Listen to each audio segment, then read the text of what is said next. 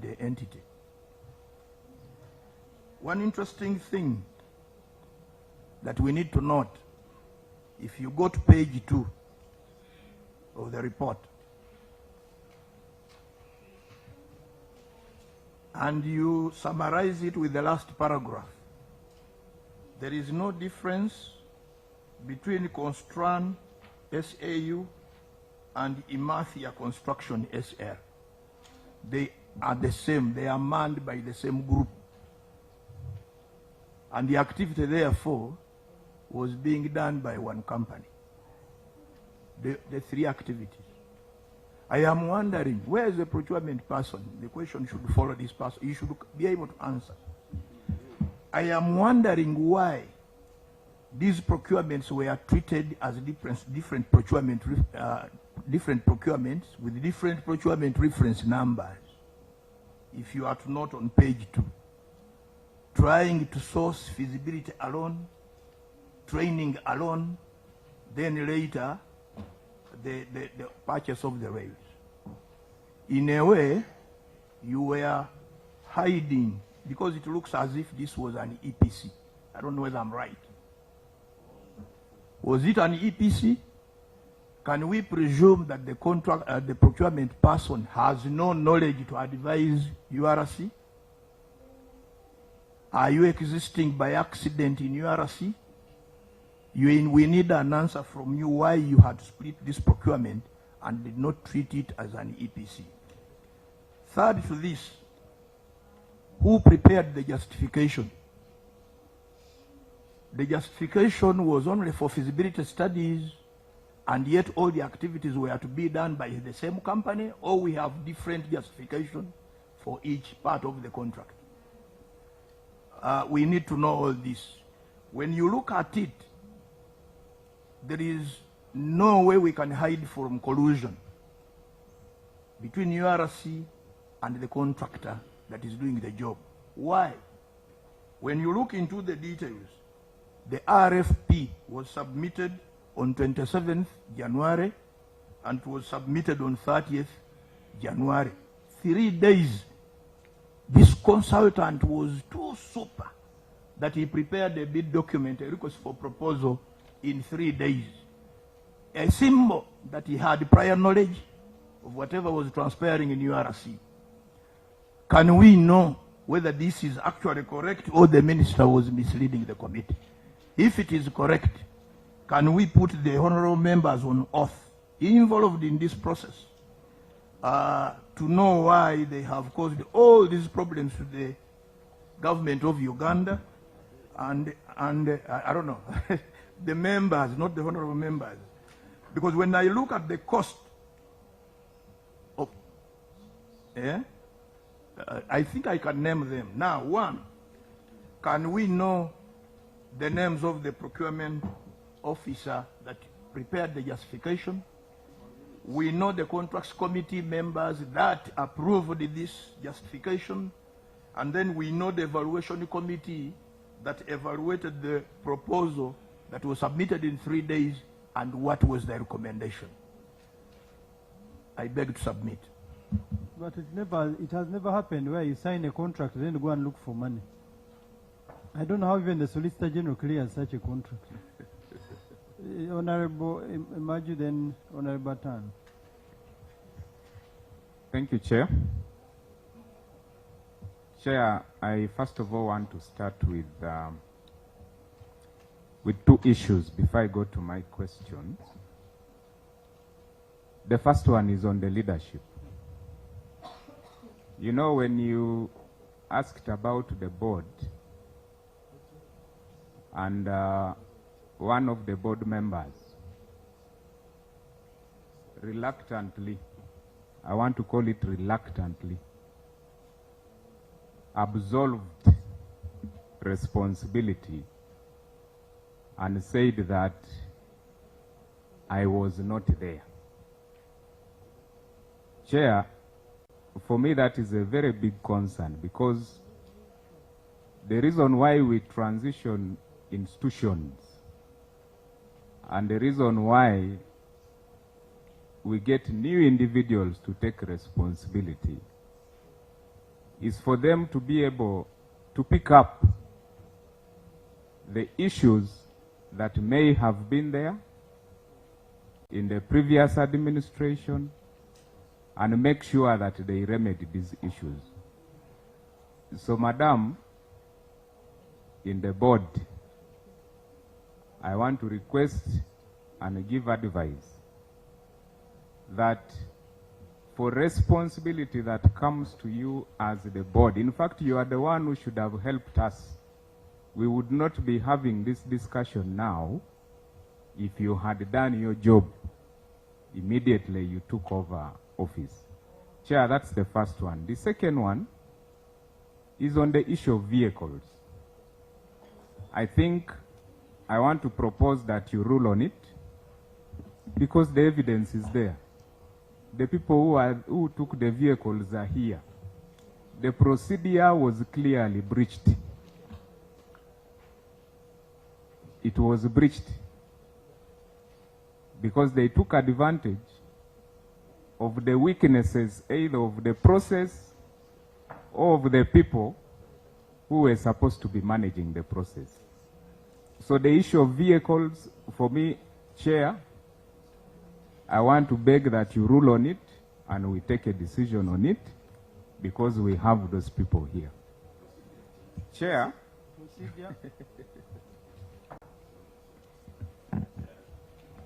Chair, I don't know whether it's me that is not understanding this, but I beg your indulgence. In the last meeting, the executive director said these people were handing over 4 vehicles, which he refused. They valued them and then decided to give him 2 new vehicles. And if he received the 2 new vehicles, that means the 4 were no longer ours. They go back to the contractor or the consultant. So the consultant had in his discretion to dispose them of the way he wanted. Are we proceeding right if we don't get this right? I think let's first get that right before we proceed to prosecute. First and foremost, the 4 vehicles are even included in the contract. And the value for the 4 vehicles is inclusive in the contract. If they decided to make their own arrangement, they have to tell us here. And at what point did they amend the contract to make it 2 vehicles? They are here. They will talk for themselves. Thank you. Maju was still on the floor. Thank you. Chair, I just want to add my thoughts on the question around procurement. Chair, procurement for a single sourcing, procurement where we say that we are going for direct procurement, requires about 2 critical things. One, that we completely do not have any other companies that have the technical requirements. They do not have the capacity. And therefore, if a Maju company is the only company that we know, you will subject such a procurement to a single sourcing. Now, I have tried to do some very simple research when I was here. If you look at our East African community where we have similar projects happening, Imathia, that was contracted by Uganda, has even never had any major project in terms of railway works. If you look at Kenya, the Mombasa-Naivasha standard gauge railway was done by China Road and Bridge Corporation. That was a company that was operating within East Africa.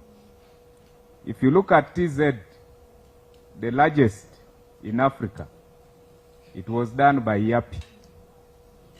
If you look at Ethiopia, the Addis Ababa Djibouti, an electrified one, it was done by CCECC. So it is so perturbing that we decided that the only company that we should be considering as a single source procurement is Mathia, where we have not even done research. The procurement team did not even bother to know if there are any other companies. Chair, when you look at this report, my second comment, the team mentions they do 36 monthly reports, 36 every month. And these are prepared, they are approved by eminent and competent people that we have here. I want you to kindly identify only three critical risks in the 36 monthly reports that you prepare. Only 3 critical risks that these reports have been picking up, and explain to us which corrective measures you are putting in place. Chair, my last question is on the scope. I think we have a very big challenge with the procurement. I don't know if the procurement team is here. Chair, Parliament approved borrowing for Kampala Malaba rehabilitation. That is the borrowing that Parliament approved. By February 2022, it became Kampala Mukono.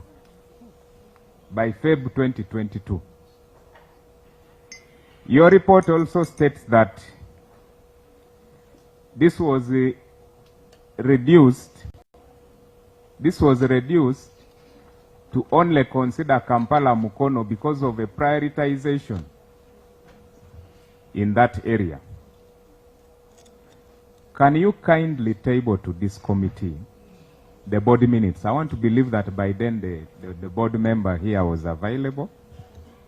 Table to this committee the board minutes, the cabinet decision, the lenders no objection, and the parliamentary authority that approved this fundamental change. Okay.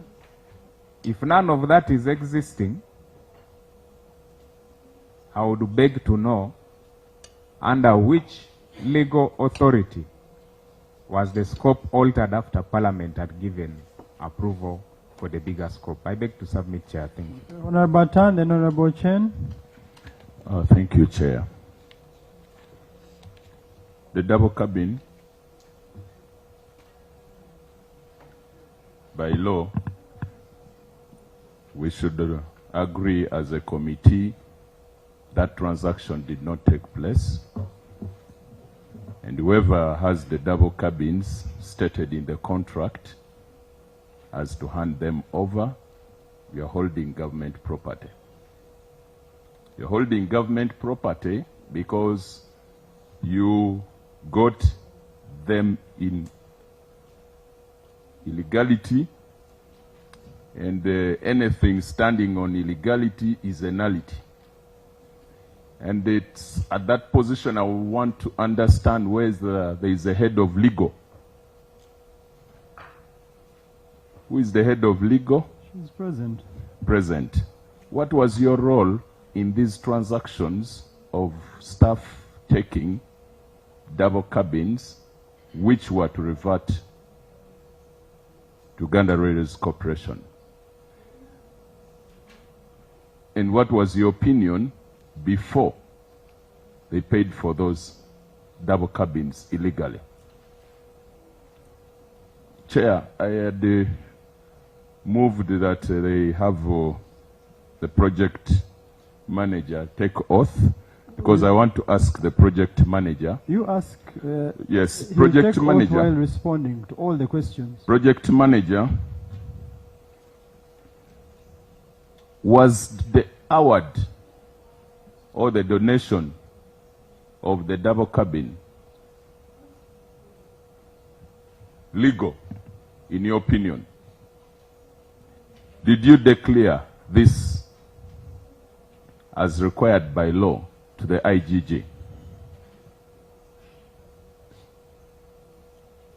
If you did, could you present this committee evidence? on top of what I had earlier asked, that you furnish us with evidence of you buying, because our position is you are donated.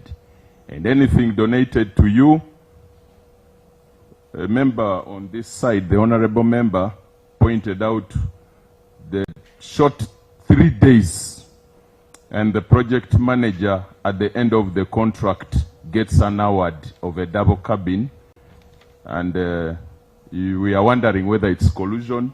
On my side, I will agree that this is evidence of collusion. He was being appreciated for the good work, and by virtue of the fact that it was a direct procurement, contract manager, you really carry a heavy load. Thank you, Chair. Honorable Chen, then Honorable Boaz. Thank you, Chair. On the double cabin, I would want to know, because in government, in most instances, when you are disposing any asset, should have been informed by a report of the Auditor General. Is there any report of the Auditor General that convince you that this double cabin should be disposed? And then two, in event that there was such report, did you do board of survey on this? And then three, were there a valuation report by the government valuer to determine the value of those double cabin or the Pajero? If so, do you have a report of the contract committee approving the disposal method? If so, then which disposal method did you use? That's on the double cabin. And then on the change of scope, as from Kampala to Malaba and then to Kampala Mukono, what formed the ground or justification for the change of scope? And then two, did this change, was it submitted and approved by Parliament against the borrowing? And then, Honorable Chair, board is especially on issue of governance of an organization. Could you please ascertain the qualification and experience of the members of board of URC, such that this committee can assess their governance capacity in steering this organization, corporation forward? Lastly, Honorable Chair, I see from the faces of the members, of the witnesses, admission of guilt. Could there be All of them? any member, some? Honorable Chair, even the Bible says when you admit and you seek for forgiveness, you can be forgiven. Is there any member who want to admit public that he or she took this money and used it in a way that was not recommended and is requesting for forgiveness of this committee? If you could give that opportunity, we may be lenient, or we may even conclude as fast as we didn't expect. Thank you, Honorable Chair. Honorable Boaz. Thank you, Chair. Most of the things I wanted to ask has been asked by the colleague, but I just want to get a confirmation from these people who received these 4 cars. In their view,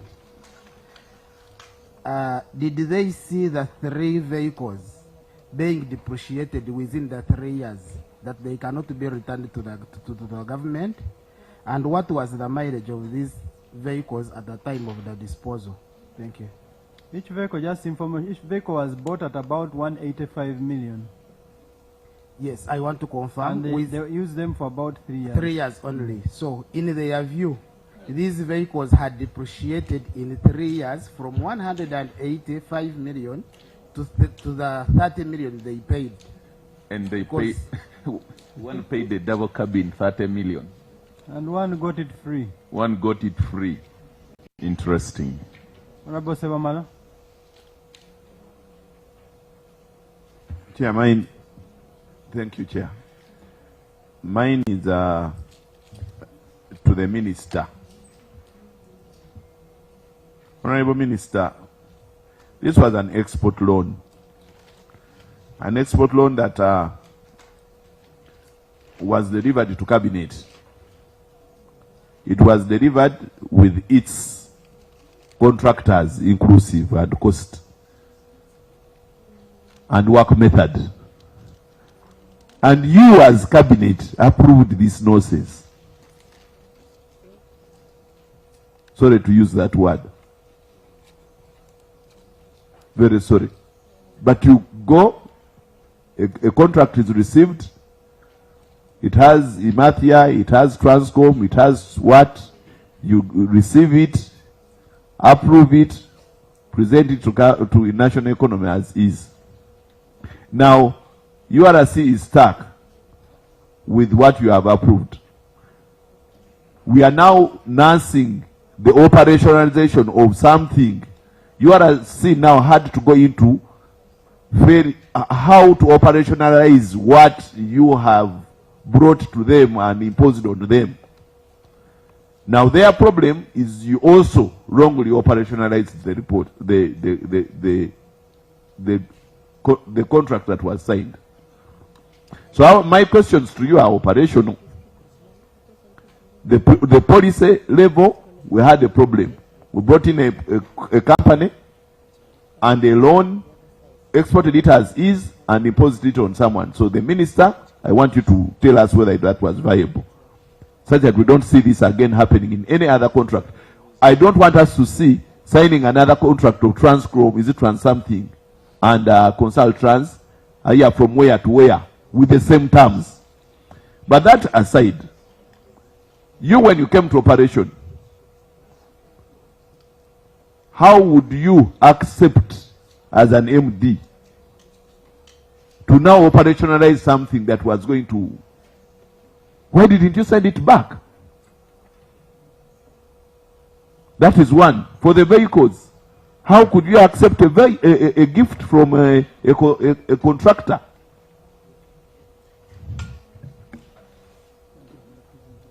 However free it was, even if it was actually given back to, in that arrangement of it is now for the contractor, done. Couldn't you accept something else? What is your name again? Mr. Project Coordinator. Huh? Okanang. Couldn't you at least go and buy your own car?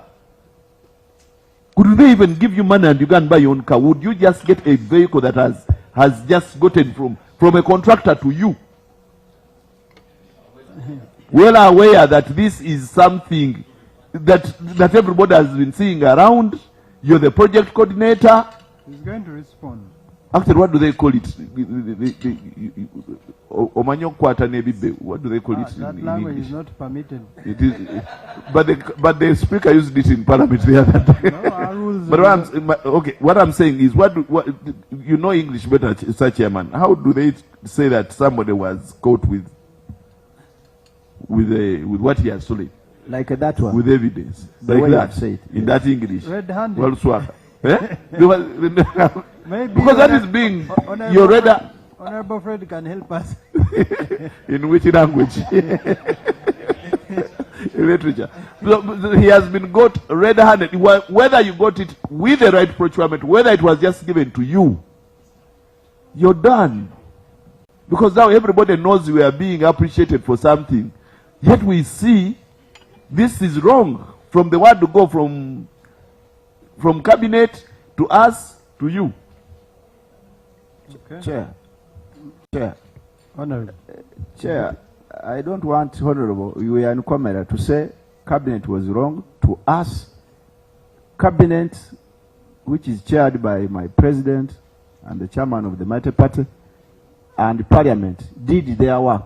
So I want to be on record as someone in part of people in charge of government that cabinet and parliament will okay. The mess was maybe with the technical officer. That's the clarification, Honorable Chair. He has withdrawn. Just a minute, Honorable. We were looking for wagons, and we have come to discover that last year you sold 82 wagons as scrap. So I want you to explain to us how, and in Uganda, how you sold 82 wagons here in the country as scrap. Then this contractor got, and he got a contract, what Honorable also was saying about refurbishing the railway at a certain amount of money. But he later got an exemption, so he saved money. But you still paid the total amount. The third, yes. The Minister of Finance wrote asking for an exemption for everything that was coming. Section 7, specifically 10, monitoring, states the URC project manager shall supervise and approve consultants' monthly report within 10 working days period. After submission, this approval shall be the basis upon which payment of the consultant's monthly invoice shall be done. It means no payment was done without the project manager's approval. Now, the first question is, you budgeted for 15 experts to fly in. But as per the last meeting, we saw 2. So the budget was 39,750 euros. This is an equivalent of 171 million, roughly, on a conservative estimation. So who took the money, and how did you approve payment of 171 million for people who didn't fly in? 2, the back team travels, back team office. You are supposed to have 15 members of the back team office. Also, travel of 155 million. These members were not there. But you approved the payment of the travel from Spain, 15 people of the back team office. You again had 6 workshops in Kampala, and you told us you went to Silver Springs. Luckily enough, we have managed to retrieve the LPOs, the amount of people you had paid for to eat that day. But you budgeted for 36,000 euros for 6 workshops. We have minutes for Silver Springs. Maybe you can tell us where you spent this money. But the project manager still approved the payment. You further budgeted for 274 million, roughly, an equivalent of 63,600 euros for 24 staff of URC to travel to Spain. We want to know who are these 24 staff, because you paid this money. Mr. Sol to Kashaba capacity building, the experts. Last time we saw Pascazia denying that she didn't receive 738,000 euros. Sol to Kashaba, 733,000 euros. Emmanuel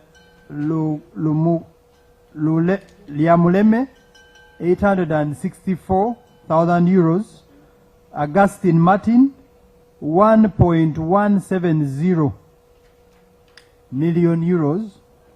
And Chris Ntegekarija, 828,000 euros.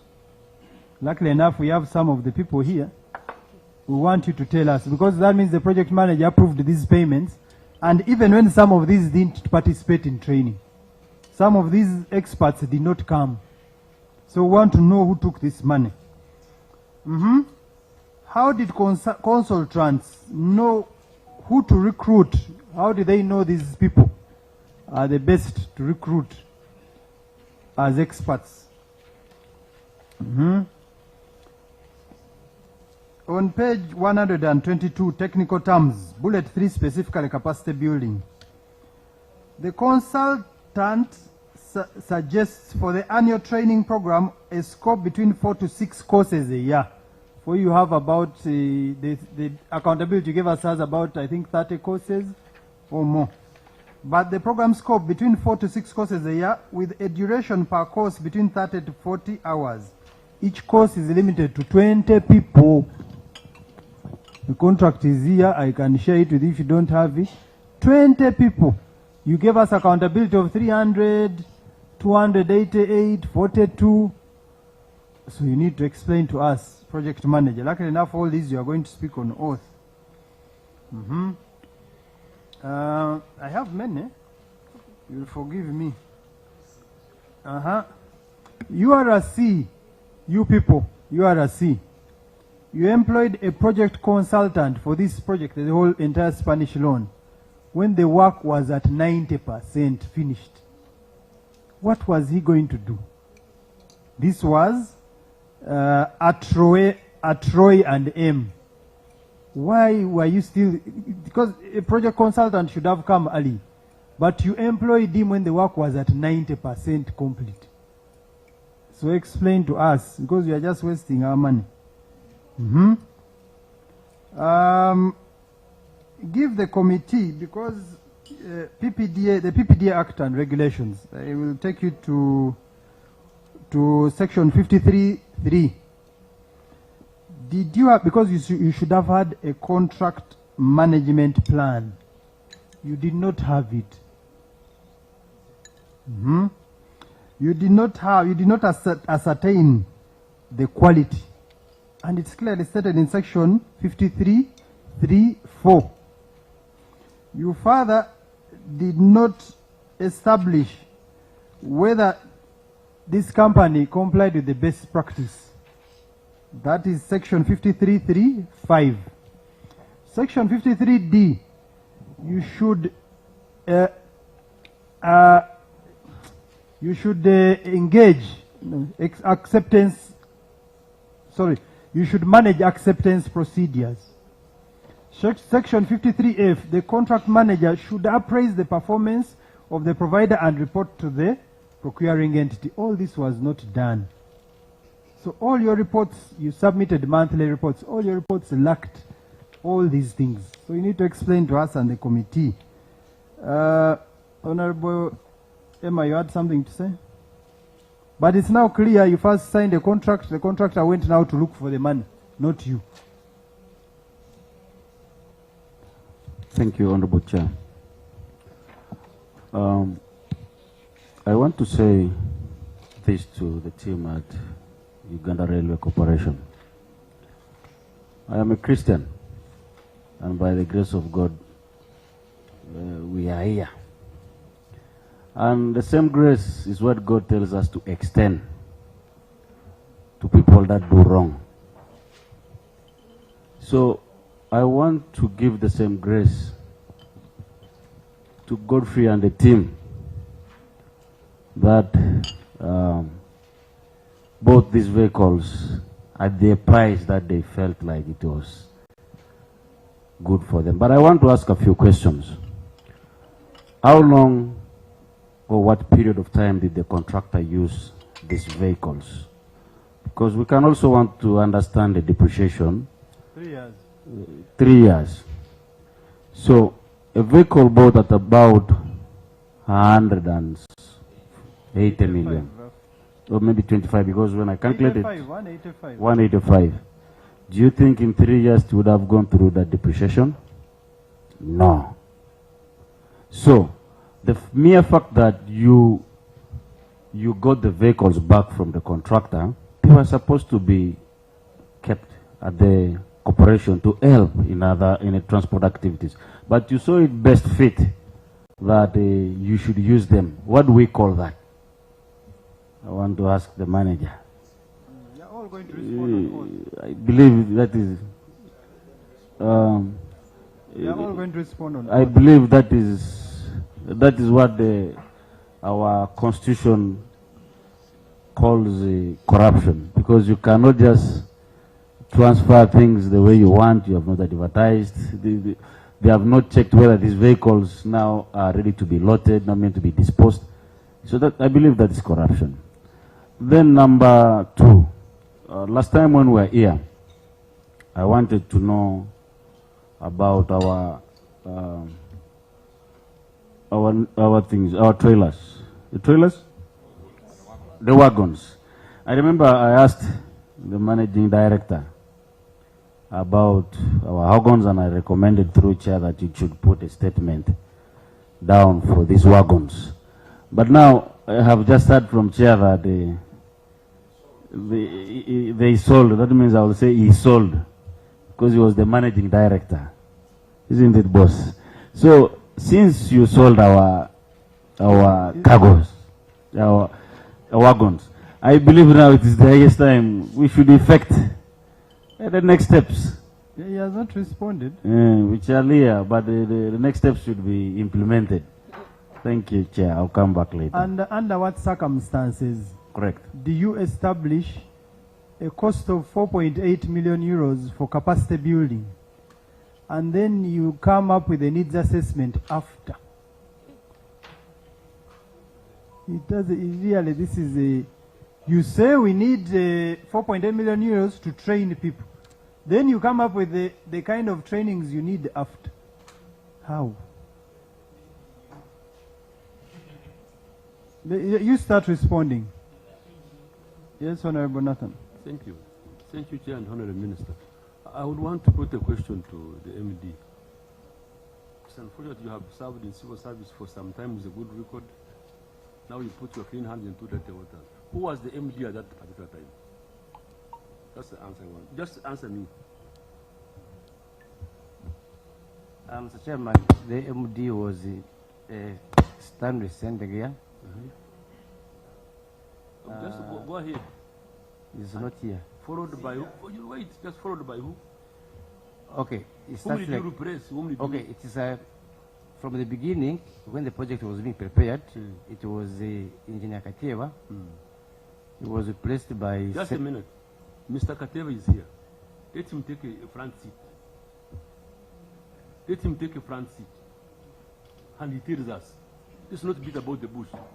Please take a front seat here and tell us for this mess.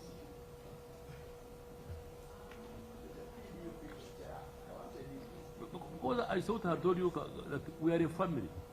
We are after putting the railway back on the feet. Why don't you, when you go back, sit and realize, because we don't need to tell you about this pickup, blah, blah, blah. You should have identified it, together with the minister. Because you are together, you know what it is. Because you should say, here we made a mistake. The pickup was supposed to be 100 million or 80 million. We don't want the pickup, we want the money. Because the pickup, we have been misusing them, we have been using them. Thank you. So, let's get good answers and we move on. I'm telling you, me, I want people who cooperate. We're not going to suspend you from the rail. We want you to work and put the rail back on the feet. We have the trust in you. Most of them are corrupt. This man was a Nunura, this one. I remember him. A good engineer, you. How can we beat about the bush, yet you can guide us? Guide us. And so that we can move on. I thank you. Start responding to the question. Chair, probably there's a question that came to me from Engineer Sevamara, Honorable, concerning the loan approval from Cabinet. Yes, Cabinet did its process in a noble way and they approved the loan. The same loan came to Parliament. Parliament scrutinized and they made even visits to the agency and they were satisfied. But there's one thing that we needed to know, that there were conditions which came along with this loan. And I think that's where the biggest issue comes from. Whatever we are trying to discuss is emerging from the conditions that we put the loan on how to procure the contractors. of which this was a provision in the loan. And that's how we are emerging with this Imathia and then the other company. Then two, what Parliament did and the Cabinet was only to formalize the conditions which were coming with the loan. There was not much that would be changed. So we can say that from inception, there were a few issues that would have been addressed early, but they didn't get addressed, and therefore it escalated to the aspect of the implementation, at least how it leads us where we are now. So I just wanted to say that it wasn't in a language that the member used, but I think the fact that Uganda wanted to see how they can revitalize the railway to be in operation, I would say we somehow really needed this contract so desperately. And probably we could not analyze some of the lapses that now we are discovering when we have done. And the fact that it was a direct procurement, it wasn't now formalizing things. I just wanted to put that to clarity, Mr. Chair. Yes, but even, Honorable Minister, even if it was a mistake from the inception, the end user participates, and that is URC. By the time it gets to finance, you people are the ones who have made these quotations and the bills of quantities together with these companies. So you can't deny liability. Let's start administering oath. Chair, just a clarification from the Minister. This direct procurement, was it from the contract? Was it the position of the financing partner, or it was a decision from URC? From your perspective, was it something Cabinet ever discussed that URC will have to do direct procurement? Mr. Chair, from the practice, members, the minister is the political head. Okay. The technical people are the ones who should be responding. Yeah, Mr. Chair, from the practice, even while I could have not been in the Cabinet at that time, contracts that emerge and they have aspects of direct procurement, normally this emerges from the financing institution, which now it's the leading institution in the agreement. Honorable Minister, if you insist on responding to questions, you'll end up in... you let the technical people carry their cross. Honorable Minister, when we look at the circumstances of the loan, the appraisals and so on were not made by the entity. But I'm 100% sure that who negotiates, who are those people involved in negotiating the loans?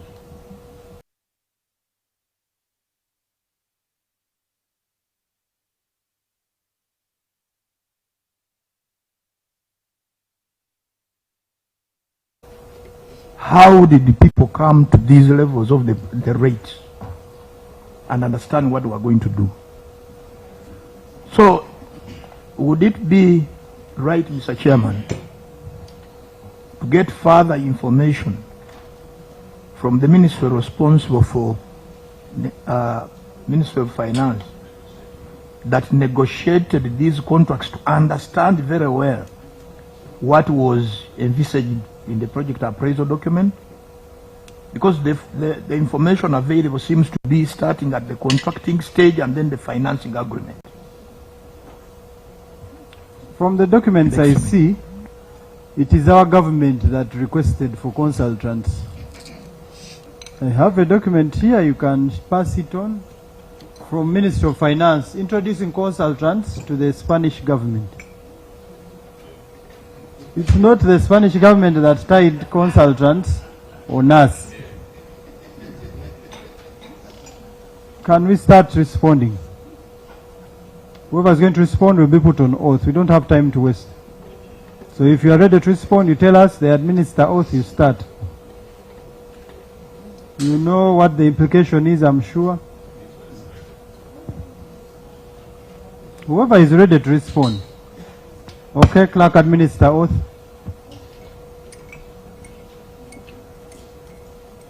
Let them first finish. You are ready, you are very ready. MD, through you. But Sims is itching to talk. Let's first consume his information. Maybe he has decided to come clean. He's going to. Clerk administer oath. You are chewing?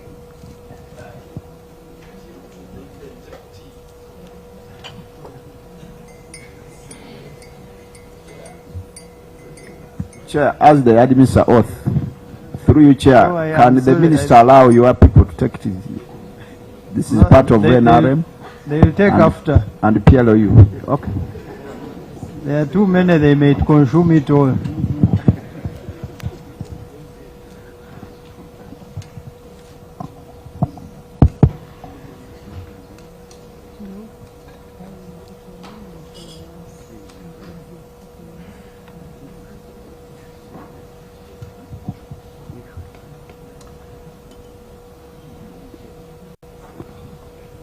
I, Tukashawa Paul Muhere, do solemnly swear that the evidence I shall give touching the matter before the Parliamentary Committee on Physical Infrastructure shall be the truth, the whole truth, and nothing but the truth.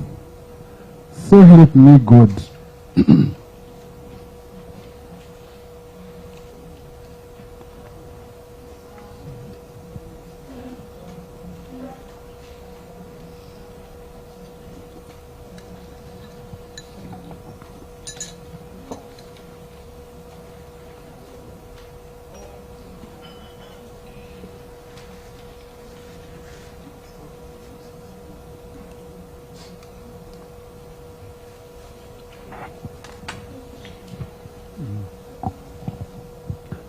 Thank you, Honorable Chair. I want to respond, one, on the pickups. One, Honorable Chair, you've said that those, I've just come.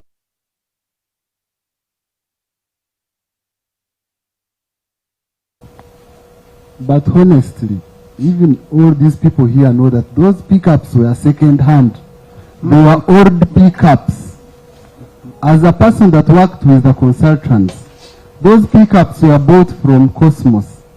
Probably we can get that information from the car dealer. And I think they were bought around 70 million.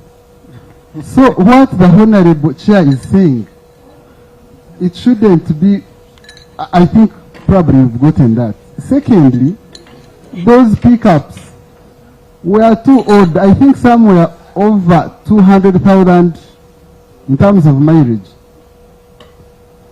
So to say or to think that 30 million was not enough for those pickups were old. They had two old tires. They needed repairs. So honestly, me as a person that worked with a consultant who was given an offer, I actually negotiated. I wanted to give him 20 million. Those pickups were worth 20 million in my own view. But you know, once you have used an item, you feel that attachment. Because as a key expert, as one of the people using the pickups, together with my counterparts at URC by then. So there is that attachment that you develop. You're like, let me take it, I repair, and it happened coincidentally with when I was receiving my NSF. So all the figures see that I received my simple NSF and paid the 30 million for the pickups. So the pickups are old, they're over 200,000 kilometers in terms of mileage. They needed a lot of repairs. The screens were shut, some of the screens were broken. So I think that's what I want to put to the information of the honorable members. You are telling us we had, according to the ag contract, it's here, signed by URC, government of Uganda. You have a project manager who approves these payments. the pickups that were worth 100 and if you convert, I want to say it in euros so that we don't make any errors.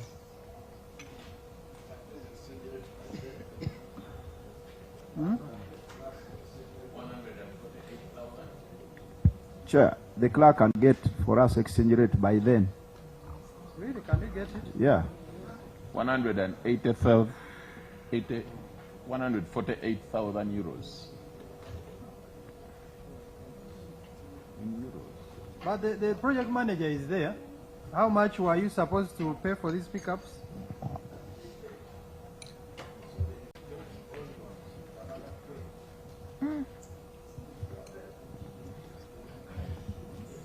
Chair, just Chair, point of inquiry. Yes. For my benefit, I'm interested in knowing the disposal of these pickups. Was it done by the consultant or it was done by URC? Consultant. Consultant sold them. So URC never took over the pickups. There was a breach of contract. And the legal knew they had a clause in the contract for double cabins to revert to URC. And you paid the consultant full amount without reverting the 4 double cabins. Is that regular? Chair, the officer, having taken oath, he has given us correct information. That in fact, the money which government thought they would buy new vehicles, in fact, they bought, according to the officer, said extremely old. So that is also another issue. We want to know who paid for all the pickups, the value of a new pickup. Yeah, the Thank ones you. who paid, but because of these people. So, Honorable Kanu. It's around 185. 185 million. Chair, I wanted the Pandavo cabin. PDU people. Yes. I wanted the PDU people and the project manager who managed the. Is he the same person who managed the construction? Because we are here on the pickups, I have big issues on the construction. These pickups, they are very old and peanuts. The construction. Chair. Yes. Through you, Chair. The purchase of the pickups is 37,000 euros each pickup, amounting to 148,000 euros for 4 pickups. And they even claim they bought furniture worth 60,000 euros for that office they are renting at URC that we have not yet seen where the money went. They claim they bought computers worth 40,000 euros. They claim they bought document management software at 35,900 euros. I don't know if that software is there and what it does. Tell us. Okay, since you are up, was this software purchased? Honorable, I was an employee of the consultants. I was not involved in the purchase, but myself, I don't remember seeing that software. Okay. Was a computer student's office, even there was another software of 40,000 for the student office. Computer students. You are training students, so you bought computers. Lucky enough, you said you were crossing to manage departments. Honorable Chair, there was a training school at Narukorongo that was refurbished and 20 computers were bought. Probably the training school director can, but some computers for the training school, around 20 were bought, and also computers for us as staff of the consultant and our counterparts. Each computer was bought at about 10 million. I don't know that, Honorable. That is what is the. Honorable, I was simply an employee, a management control employee. I was not the purchasing officer, I was not anything. Okay, project manager, is there? You finish your personal statement Okay. you are making. Yeah, so, Honorable, it's not that by then, just like I've clarified members, I was simply an employee of the consultant recruited from a HR consultancy. That is NFT. First, it was True North, and then my contract was again sent to the NFT. So, I was sourced and recruited from a HR consultant. That's how I got to know the project. That's how I joined in. Secondly, you've said, Honorable, that I received over 700,000. I remember my colleague last time honestly told you how much he received. 6 million. It's also in the same range. So, we appreciate your investigations to ensure that there is value for money, but honestly understand that we did not receive this money. Who took it? Because the contract states sold to Kashaba. You were paid 20,500 euros per month. Honorable, I have come with my bank statement. Okay, but want you to tell us who took the money. I've come with my bank statement of simply receiving a salary. 738,000, and URC approved these payments. So who took the money? Honorable, I have here a copy of my employment contract. I have my bank statement. I have my NSF. You can independently verify. I was simply an employee contracted to do that specific work. So who took your money? You ask consultants, Honorable, because... But these people paid, they approved the payment. Because you cannot, there's no payment that went to consultants without your approval. The contract manager approves everything. So where is these people's money? I'm also looking for it, Honorable. I think, Honorable Chair, Honorable, the project manager is here, he can help us. Yes, Honorable, to tell the whole truth, even my last salary was not paid. We are paid peanuts, even my last salary was not paid. I'm still demanding for my money. So we honestly, personally appreciate this investigation to ensure that simple Ugandans like us really get what we are worth. If in the contract it is 100 whatever, then yes, we understand that was a consultant. Probably some percentage should go to the consultant in terms of other costs, but some good percentage should go to a consultant. Chair. Chair.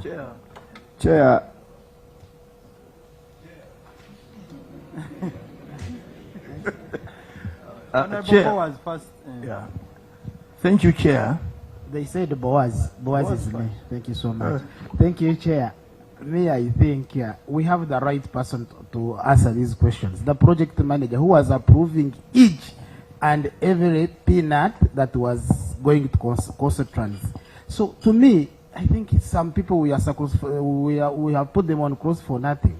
Exactly. Let the right person who was approving each and everything first give his statement such that we can go to the other ones. We shall be having the truth and the truth behind all of this, because you may find he was the one pocketing the money for these guys. They also demanded their money according to their statement.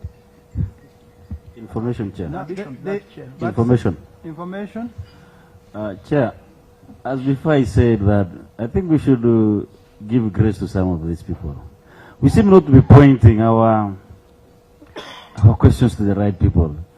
Now, that gentleman standing, I really feel pity for him. He's even crying for his last salary, for God's grace. I think we are not putting the bullets to the right place. I pity you, for Christ's sake. Let's just find what to do. Thank you. But just before you go, because most of the questions are going to the project manager, they had budgeted for you to keep flying from Spain. Honorable Chair, I never... I see 39,750 euros. So we don't know if you have a home in Spain. Honorable Chair, I've never gone to Spain. So who took your money again? Ask them.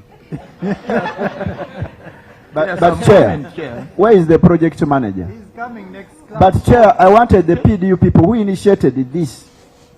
Chair, you are not allowing me to get the PDU team. Okay, PDU. Which was there, PDU and the contracts committee. PDU.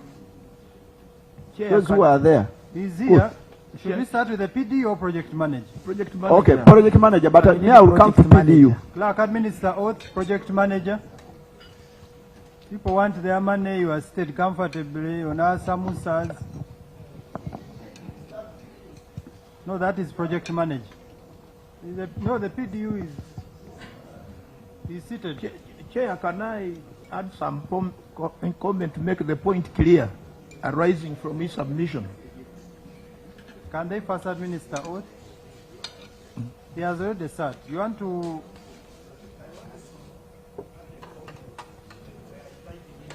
Manager to really be focused, to get a response, clear response, answering the other issues. Is it possible to allow me, Chair? Please proceed. Mr. Chairman, it is always common practice that bidding consultants do not make the consultants there inside in to understand the financials in their proposals. But the entity has an obligation to make it clear in their bidding document that we must see the staff during the inception meeting as outlined in the proposal, and that the costs are discussed and the revised inception report is made, which translates into the contract. Project manager, help us to understand whether all the issues that were presented in the proposal were implemented as is, because it would be the basis of your approval. Why do I want to make this clear? I have ever worked as a consultant in Uganda, and the leading consultants cheat us,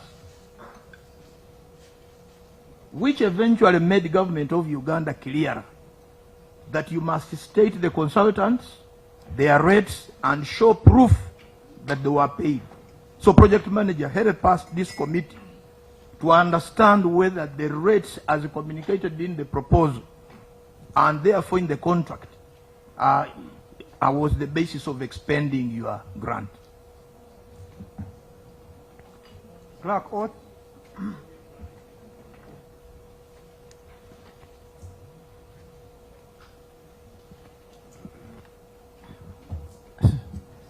I'm disappointed. Project manager has disappointed our region. That name, as if it comes from our region.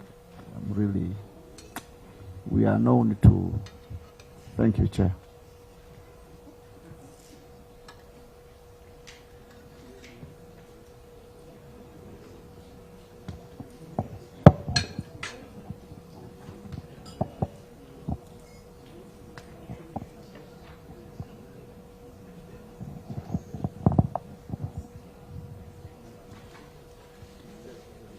I, Okanang Patrick, do solemnly swear that the evidence I shall give touching the matter before the Parliamentary Committee on Fiscal Infrastructure shall be the truth, the whole truth, and nothing but the truth. So help me God.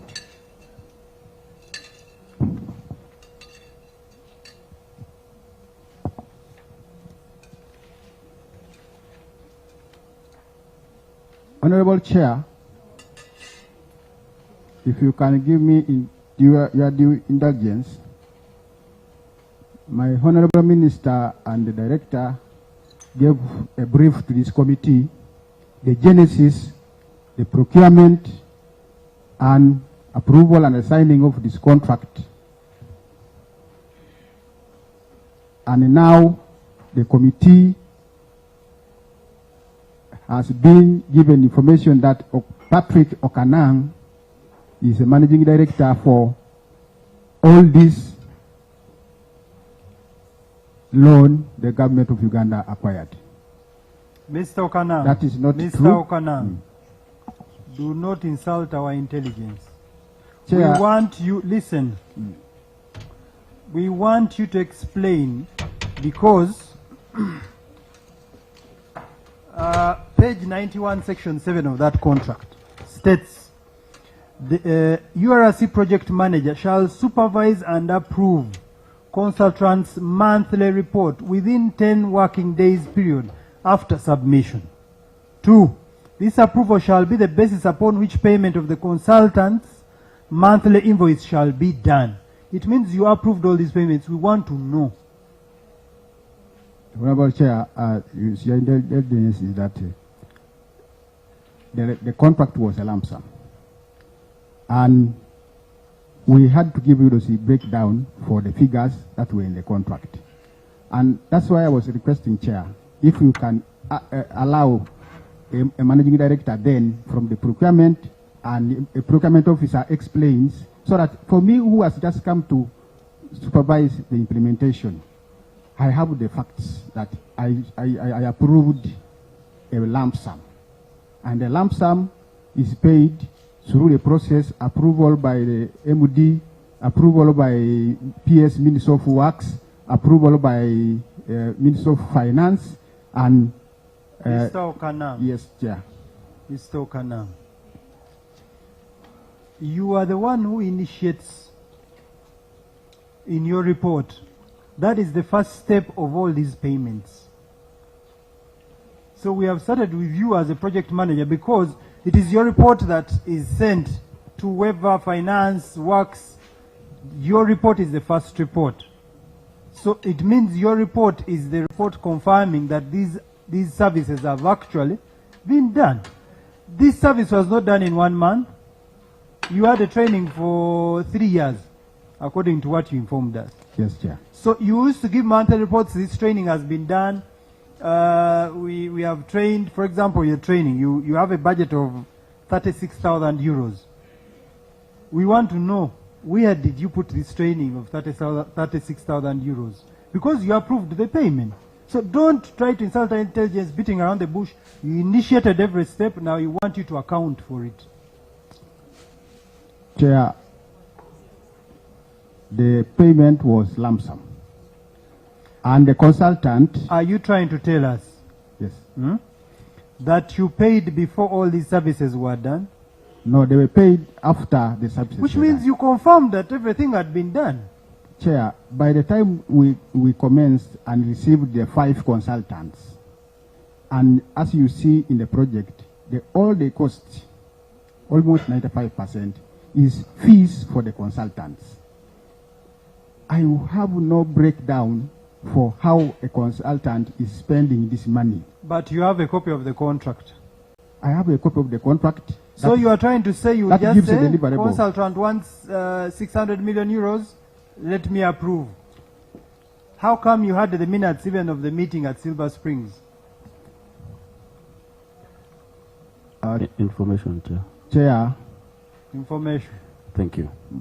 I want to ask, who is the head of the consultant here? And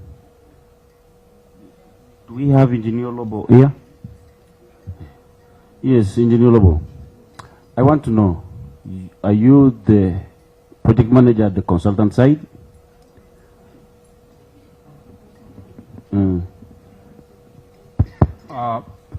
Through the Honorable Chair, thank you very much, Honorable Member. I want to confirm I'm Engineer Benjamin Olobo. I am currently a board member of URC. I've been a board member since January 2024. Thank you, sir. Thank you. Now, I want to ask the Managing Director, didn't we have, in-house consultants that we could use to save us from all this? Thank you. Back to you, Chair. You, Mr. Okanang, continue. So, Chair, the arrangement of this loan or capacity building was that the experts, the 5 experts from various areas, knowledge transfer areas, were attached. For example, rolling stock, the rolling stock expert was attached to mechanical department to support the hands-on. That is, the hands-on means they work together with our teams, our technical teams, to repair our locomotives and any other machinery. What question are you answering? So, Chair, the insinuation is that the money was budgeted and we appropriated. But I am giving you procedure. Deputy Chair. Chairman, ever since I walked in, I sat quiet.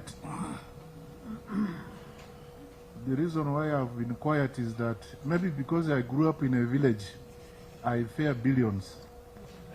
But there are people who just do their fingertips like this and billions go. Very, very easy, like any easy load. To Chairman, I want to reiterate the statement that whenever technocrats are coming to Parliament, what they know is that they're coming to interface who? Senior 6 leavers. Okay? That's why you see us circling around that question. Because he's dealing with the senior 6 leavers. May I know whether you said these were lump sum contracts? I have cough and a rough voice. You said these were lump sum, it was a lump sum contract, therefore you had obligation to pay everything. Were the payments made up front or they were made against mileages achieved? Were there milestones for paying the lump sum rates? Or for you, what you knew was all this money has to go, regardless of the milestones? You know, for us senior 6 leavers, you better bring it to our level. If you discuss at your higher level, we might get lost, and it will take long here. Honorable Chair. How were you paying the lump sum rates? Honorable Chair, the lump sum was paid on agreed training plan, and the Honorable Chairman and the Minister, for someone who has sworn on, taken an oath to be fooling us like this, as if he has not understood our questions, but he brings it in his own context, I see a danger. I give you permission to deliver judgment. Minister, for us, our questions are going to you. You are referring them to, is it ED or MD? MD, you are taking responsibility, by the way, for this kind of abuse. Chair, since they had given you chance to deliver judgment, I want to, on behalf of my Vice Chair, deliver the judgment that, not judgment, but this gentleman should go to police, he shouldn't waste time. And it's a serious note, and the police takes serious interest. We also have other security agencies following you. Thank you. Chair, I think so. Okay, since you have heard. Chair. Since you want to say something before I finish? I thought that. Let's give you, because I'm delivering. Kindly let me say it. Okay, say it. That you want to go with it. Yes, that this was a lump sum contract. We paid after the delivery of support to URC, advice to URC on a monthly basis, and we had the contract counterparts per department. So we could analyze what they have delivered, and we approve the invoice that goes through the MOD and to the Ministry of Works. Then, Mr. Okana, all of them are going to follow you. The question is, this contract for training was 4.8 million euros. So for capacity building. Capacity building. You made payments clearly that don't exist, because the people are here saying they have never seen their money. You have a budget for people traveling abroad from Spain to come and train. They are Ugandans, they are here. this company has got all its money. So we are asking you, because even in the contract it clearly states that they can only be paid based on your approval and your report. It means you approved that all these activities took place. For example, in the contract they state that bullet 3 of page 122, technical terms. The consultant suggests for an annual training program of a scope between 4 to 6 courses a year, with a duration per course between 30 to 40 hours. Each course is limited to 20 people. You people have submitted lists here of 300 people who trained, 288 people who trained, 44 people who trained.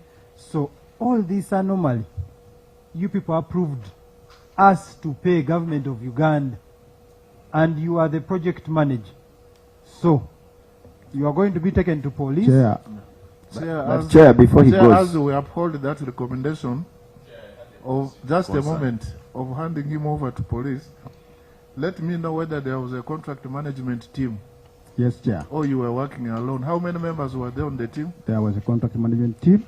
How many were you? We were 6. Can they stand up? Can they stand up? Yes, Chair. You tell us who are they. Call out the names. You call out the names. You are seeing them, they are next to you. Or because when you walk out, they will be standing on your behalf. Chair, just the first person was in a contract management committee, Isaac Natukunda. There is Robert Sekitoleko, who was then, there is Kwananga Patrick, myself. There is Pamela Ruchecherwa, she's here. There is Abubakar Ochaki. And where is he? He was here. And Patience Baita. They should be standing up. Who is the other one? Whoever has been mentioned. Patience Baita. We're going to give all of you a chance to speak, and then we determine whether you are all going. That is the contract management committee. That was formed after seeing the risks that were happening in the management of these consultants. So these are the people who committed the government of Uganda to spend on services that didn't exist. Chair is saying after. He said that it was formed after the risks. After the risks? Yes. Chair. He says some of these. Let them speak for themselves. Chair. That's what he said. Let them speak. You give them a microphone. Thank you, Chair. On this particular contracts committee. Thank you, Chair. Your name? My name is Abubakar Ochaki. I used to be the COO for Uganda Railways. COO, Chief Operating Officer. I used to be the Chief Operating Officer for Uganda Railways. I'm no longer in URC. In this particular case, I think this was formed much later, almost in the middle of the contract, at the end of the contract. And personally, I was very clear because I had participated in the evaluation. I did not even participate in any of the sittings from day one. Evaluation, so I could not. You participated in evaluation? Yes, sir. I would want to take. But I was very clear. Okay. I could not attend any of the meetings. Okay, for this one, but there are still questions. For this one, you can sit. Yeah, an evaluation. I would want him together with the next contract person. We want to know those who committed government to pay for services of capacity building 4.8, of which some didn't exist. Thank you, Chair. Pamela Chechera is my name. The team was formed in September 2023, and I was the acting chief finance officer then, so I was representing the department. During the meetings, questions came up on issues which were in the contract, but we were informed that this was a lump sum contract for which a fixed amount is to be paid. But you were informed by who? By the contract manager. Who is that? Mr. Kanang. And also that the only deliverable was the report, the monthly report. So we would sit and review the report. And would also... Report was made by who? By the consultant, consultants. So it would be submitted to the contract manager, the project manager or whatever, and he would bring it and would discuss it. And would actually review the report to see whether trainings have been done, to see whether the staff attended the trainings, and also to follow through whatever was meant for our particular department, because each department now on the team which was formed, each department was represented, so each one would check their area. So, Chair. Pamela, the internal auditor, I've read your internal audit reports. Even the internal auditor said you people are not doing due diligence. You are just approving. Where's the internal audit? This is the new one. But you have read those reports because I have them here. Chair and members, rightly observed, I'm the new one, and I have my senior who was acting that time. But I have read the report, and it's what we have indicated in the report. So, Chair, so the audit department did their part. Now, finance. You said you did your part in the procurement of vehicles, these old vehicles. Why did you, as finance, clear for the payment of second-hand vehicles? Engineer, are you the one who verified the vehicles? Colleague, he's a member of the contract management team. Yes, but I'm asking the other one. When fire will come later. Why did you clear the vehicles, the old ones? Having known for you as a finance, you know the exchange rate. It was good amount. They went to Cosmos. Why did you okay as finance to pay? Through the chair. These vehicles were owned by the consultant. And we were not involved in the process of the consultant selling them. But you know, the issue is... procuring, giving. You knew the cost we were going to buy each vehicle. But you people cleared this payment to the consultant, sorry, if I may call him consultant. And when he bought old ones, you didn't even bring a report. You didn't? The other gentleman told us you bought them from Cosmos at second hand at 70 million. Yet we had, according to this contract, we had budgeted about 185 million per vehicle. So because the contract was lump sum, the contract manager's hands were tied. Even though it's an old one, let me pay the whole thing. We don't have time, you know, we have other business. So you summarize, and we have other people to deal with, the big bosses. We are still at the small level. Chair, one question may be to Pamela, because she looks to be telling the truth. I just want to know you, Madam Pamela. They said there were 6 workshops people attended.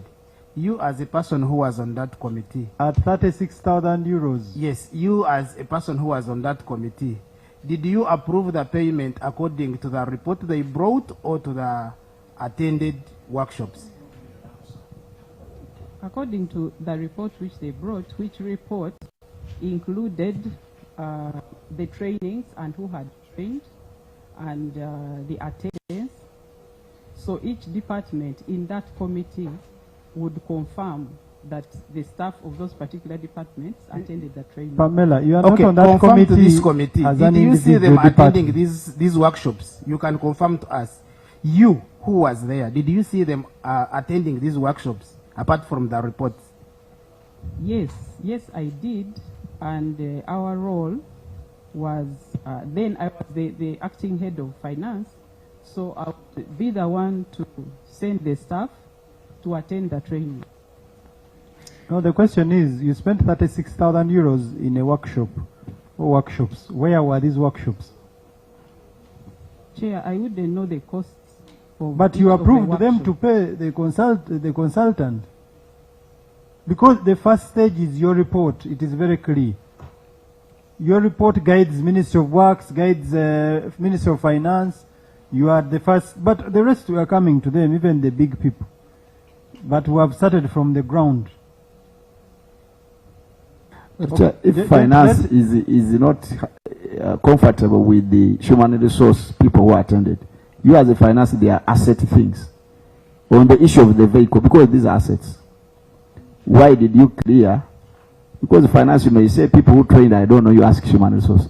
Now you as a finance and the head of either procurement and engineering, the mechanical.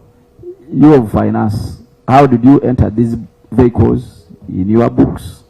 Did you look at the vehicles because you are there? Were these vehicles new? They were old, according to what the consultant person was saying. Why did you pay the money, the old vehicles, and you paid new? If you realize, what did you do as a finance? And additionally, where is this furniture you bought at 60,000 euros? Because they should have put it in the office space you gave them, since you are in finance. Their office space, according to this contract, they were supposed to pay for it. Who is taking the money? Where is the software you purchased at 35,900 euros? Thank you, Chair. We were not paying for individual items which the consultant was supposed to buy. Yes, but your monthly report would confirm this has been delivered. We need to pay. Yes, for example, when it was realized that the consultant had bought only 3 pickups instead of 4, the project manager wrote to the consultant to ask where the 4th vehicle was. And he ended up taking it. No, the pickup, the pickups. Doesn't your boss next to you have the pickup? Yeah, but they were supposed to be 4. But doesn't your boss have the pickup? I'm not aware. I'm not very sure. Chair, Chair, procedure. We are wasting time. Let's have the gentleman. We have so many things to do. But Chair, just 1 minute. Chair, so first wait. I need to first ask this finance. So you are trying to confirm to us that actually you did not buy 4 cars, you just bought 3, right? 3, and the old ones. No, whatever it is. Through you, Chair, we were not the ones purchasing the items. So how many cars were bought? By the consultant. Yes, by the consultant. 3 pickups. So it is not 4. No, there were 4. In the end, Mr. Kanang, I'm told, wrote requesting for the other one. And he took it after. No, it was never bought. Chair, inquiry. But I don't want them to, I don't want people to think we are accusing you. Don't you have the pickup? Okay. Chair, I beg your indulgence. Can we just hear the last? We have other people to question. No, it's not a question, Chair.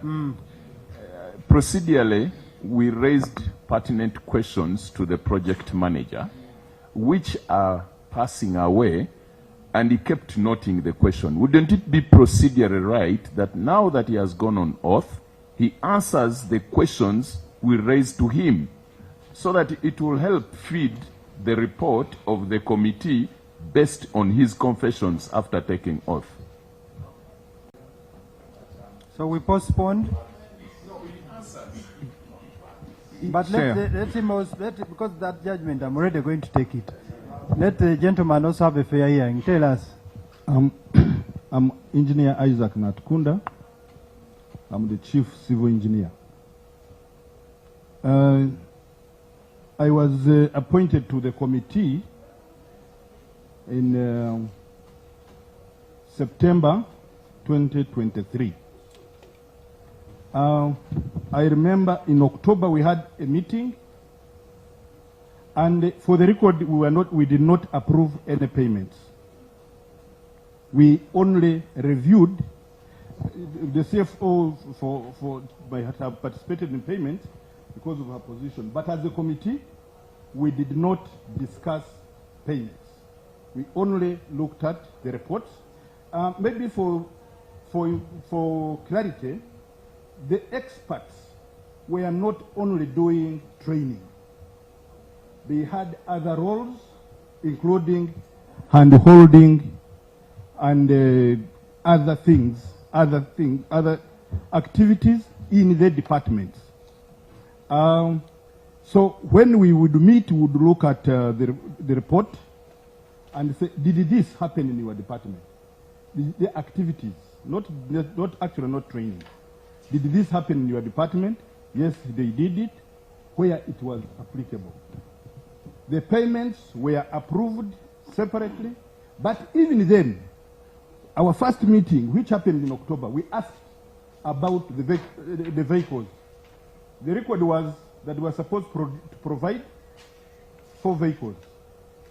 We asked for the fourth vehicle because there were 3 pickups. It did not happen. And I think we attended around 3 meetings. We asked the contract manager to move forward. Was the contracts manager bigger than your committee? So, and for us, we asked him to. I am asking you a question. No, I don't know how to phrase that. Did he have more power what than this Chair committee? is saying is that there's a committee of about 5 people who should be more powerful than the contract manager. The contract manager only gives guidance for you to take your decisions. Actually, I just wanted to say that the committee did not work. It did not work. We met 3 times, asked questions. Some of the committee members actually refused to attend completely, 1 of them. We attended around 3 of them. We attended around 3 of them, 3 meetings. We did not say ourselves influencing the project and moved it slow. So who was influencing the project? The contract manager was the one in control of the project with the accounting officer. Who was the accounting officer? At the time we came, it was Managing Director. Mr. CPA Bulega. Now we have one. Now we But need a bigger fish. whatever we discussed and we had minutes. So if there is any approval we did, we stand by our minutes, not by anything else. So what did you do in those 3 meetings? We asked for information. The reports which were given at that time, we discussed them. I said around 3 meetings. We asked for the 4th vehicle. It don't. Actually, it was the biggest problem. Just you are trying to avoid responsibility. The 3 meetings you are looking for 1 vehicle. No, the 3 meetings we approved the reports of that time. We looked at the reports of that time. Yes, it means you hold responsibility. You approved reports that influenced payments. Because the report from the contract, from the project manager would clearly state that this service has been given. So we need to pay. No, actually, if I can recall, every meeting we had a matrix of actions that we wanted implemented. So it is not that we necessarily we are fully aligned to the approvals, but the payments went on because we were told it was lump sum, so we had no capacity to stop payment. Who told you it was lump sum? Chair information. Chair information. Honour Chair. Honour Chair. Chair information. Honour Chair. Thank you, Chair. Chair, I think first of all what we are getting is that number 1, the committee did not exercise its mandate. But Chair, as we are discussing, I think critical for us to note is that we are dealing with a chain of events. Number 1, we have the consultant himself. For the consultant, the first point of contact and the first line of defense is the contract. Are you the contract manager or the? No, Chief. What is your title? You are the consultant or the contract manager? Contract manager. So the first line of defense, Chair, is the contract manager. The second line of defense should have been the committee and finance. Yeah? And that is why it's critical, because finance is supposed to be checking before approving what the contract manager actually submits. The third line of defense is your audit, which I believe did their job, had findings. Those findings should have been recommended to management for action, which action didn't take place. So, Chair, the information I want to give is that all those three lines of defense must categorically account for the actions that they undertook, because finance, before approving, has to make sure that they do checks. The committee had a responsibility to oversee the contract manager, but it's clear that the contract manager overpowered the committee and they absconded their responsibility. So I don't believe that we have to handle these people one by one. That is a chain, which chain ultimately led to a loss that we are discussing. Supplementary, Chair, I wish to supplement. We need to wind up on this. This contract committee agreed with buying 3 old vehicles, contrary to the contract. That's one. And they went ahead to ask for the 4th car, having consented to receive vehicles from Cosmos. I think from what they said, they realized an anomaly of 3 vehicles instead of 4. But what they had received was not the content of the contract agreement, because from the confession of one who bought the double cabin states that they bought double cabins worth 70 million, not 185. So the contract committee cannot be excused for causing that financial loss to allow the contractor or the consultant to buy all the double cabins when you are aware in the contract agreement they should have bought double cabins worth 150 million. Secondly, as I conclude, the contract committee must be held liable as a team. To allow the contract manager overpower them, and you continue sitting on that committee as members to the conclusion of the project, and you do not raise objections, unless they furnish this committee that they raised objections with the way the contract manager did his work. Otherwise, to have sat back, ignored duty, they can't be excused for that. Thank you, Chair. Chair, I wanted procurement and contracts. These people are contract management team. Now, the other officer and engineer here, they are telling you that they sat 3 times. The first sitting, whatever they were proposing, the project manager was quashing. So they saw that their relevance of the committee. In fact, this committee, I think, was just put because of the law, that it is just a requirement, but it did not do its work. Because they raised about the car, that's why they growth, and the contract manager. So, Honour Chair, I feel so constrained. And manager, I'm very sorry your name sounds to be coming from a very honest region. I think your color has made you to change when you crossed here. But Chair, contract manager, this thing was open. Why did you appoint members? Why did you appoint people? And when they bring advice, you refuse. So, to me, Honour Chair, I think with that gentleman, you rule on that with him. You want to say something? Engineer, I want to say something?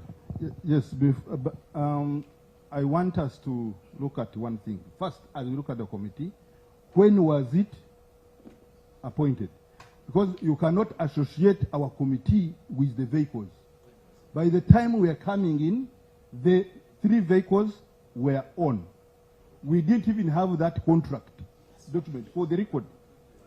So, you can use. So the contracts committee had never seen the contract.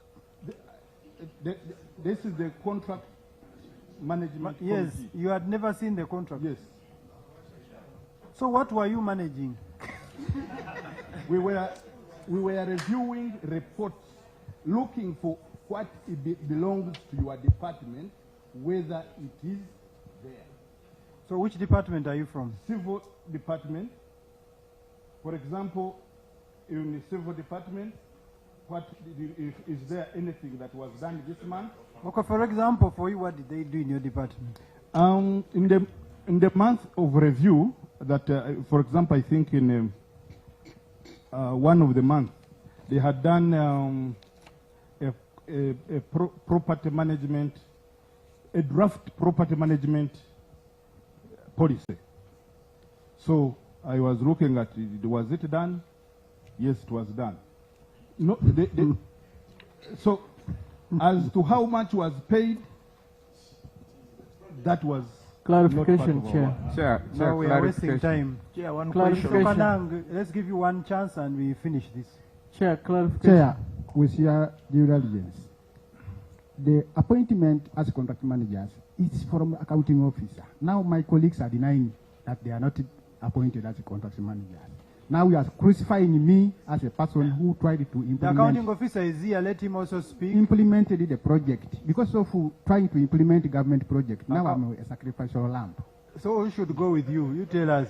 No, all these people manage the contract. Why should I be? I think what the engineer, Chair, members, I think what the frontliner engineer is saying, by the time they were appointed, the cars were already supplied. Is that what you said? When they appointed your committee, the cars were already supplied? But no, we are not. Don't put this issue only on the cars. We are looking at several payments that were made. The cars is just a small. And we have not even gone into the civil works of the refurbishing. Chair, information. Let's hear from the accounting officer. Mr. Kanang says they want him to go alone. Chair, information. Just a quick inquiry as the accounting officer comes. I think what is critical, for the committee, like the chair said, we are not looking at only the cars. Number one, you were managing a contract. Which contract you must have in, out, understood. Number two, you must have had terms of reference that you were working with as a committee. So maybe as the accounting officer comes, he could respond whether the terms of reference were there as you are appointing these people into the committee, and whether indeed you were following up with this committee to check that they were doing their work. Supplementary. Supplementary, but that is the Chair, last from this side. Specifically on the issue of vehicle, based on the issue of the terms of reference, if at all it was there, did it state that the contractor would procure the vehicle and after the end of the contract would return the vehicle to URC? If it was so, did the contractor return the vehicle to URC? If not, what are the implications as per the terms of contract? Should the contractor be held liable jointly with the officers who fail to ensure compliance? Thank you. Of course, members who are here in this discussion, I read the contract, I read the clause. These vehicles, maybe if you want me to repeat it, but we are zeroing down on vehicles, and the vehicles are just a small component of a very big contract. Let's see the vehicles first of all. Those vehicles are property of URC, or not the consultant. The four people, this is Mr. Joshua, who has a pickup. Mr. Kanang, you have a pickup. Tukashaba, you have a pickup. Moses has a Pajero, Ochaka has a Pajero. But the Pajeros are not among the four pickups. Now, all those people who purchased pickups belonging to the government, when you read section 7, part 3, these pickups, vehicles shall revert to URC at the end of the 3 years capacity building service. Chair. The 3 years ended, and instead these vehicles were taken by people. But Chair, on those vehicles, if the contract says pick up and the consultant bought a wagon, in the government, if it was a wagon and they buy a pickup, it will be a query. So if you said the wagon should not go. No, the contract, as per the contract we signed with them, But we costed 4 pickups, and so there are 4 pickups. What I'm saying, Chair, if the pickups were the ones supposed to have been bought, and somebody bought a wagon, it is also part of government. It would have been a query to these ones No. if we. No. Because the wagons were not bought using the funds of the loan. There is a 4th person is working with Tukashaba. He's mentioned the name, I've just forgotten. What was his name?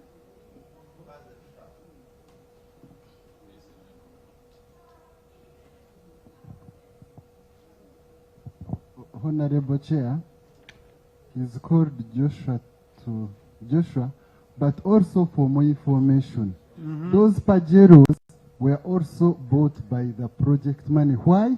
Because they bear the red number plates. Yes, Because but they are since- also project vehicles, including the Pajero. No, members. Our interest is in what was in the contract and what we spent on, and those were 4 pickups. So, accounting officer, explain your role. Thank you, Chair, through MD. Musoke David Ulega is my name. I was appointed acting managing director from March 2023. I find a contract which was signed and executed through a strategic partnership between the government of Uganda and the Spanish government. Maybe for noting, there was an advance payment within that contract, which I believe that money the consultant used to procure whatever was procured as desks, computers, and maybe vehicles. So I get the reports from the contract manager and look at what has been done and his recommendation to pass the payment, and I pass these to Ministry of Works. So around August 2023, we have a meeting with the PS Ministry of Works, whereby we get anomalies and the issues being raised here, like repeated activities within monthly reports, plus internal audit reports. So what the PS advised is we need to beef up management of this contract. Thus, I appoint the 5 people mentioned who have been standing here, apart from Baita Patience, who is not here, to augment the activities of the contract manager. But that doesn't take away the role of the contract manager. This team was to coordinate departmental activities which appeared to be repetitive within the monthly reports, and maybe those suspicious activities these people are claiming to have executed. Maybe finally these reports have recommendations, which recommendations we are not supposed to end with a contract manager. These recommendations were supposed to trickle down to departments for implementation and further execution. I submit, Chair. Okay, you realize there was a red flag, you set up a committee to help you deal with this, but we still lost money. And you know, as an accounting officer, you take full responsibility. I'm aware of that, Chair, but I didn't close this contract. Otherwise, for vehicles, which is obvious, it is... I don't want you to talk about vehicles. That is the smallest component of this contract. Yes. So who closed it? Who is going to escort you? In closure, I left the organization 2 months to closure. When did you leave? 20? I left in January 2025. 2025? Yes. 2 months to close. Just a little. I don't know whether the former accounting officer is misrepresenting advance payment because he has not taken oath, so he can talk anything. Accounting officer, how do you recover advance payments after you have given to the consultant or to the contractor? How do you recover them? They are recovered through monthly invoices, which was being done. Necessarily monthly or against milestones in the contract. The contractor or consultant has done this, the total cost is this, and you continue deducting. That's our A-level senior 6 perception, but let me hear your practice. To my recollection, they were being deducted from certain milestones. Or Because you've said here on record that it was advance payment was part of the contract, therefore the contractor used the money to buy some of those things. I just wanted you to know the little we understand is that yes, advance payment in most cases is 20% in Ugandan contracts, but they have to be recovered from each certificate. There you don't mislead us. At least we are taught that in A level we know. CIDS called the accounting officer and the entire project management team to police. Can we proceed?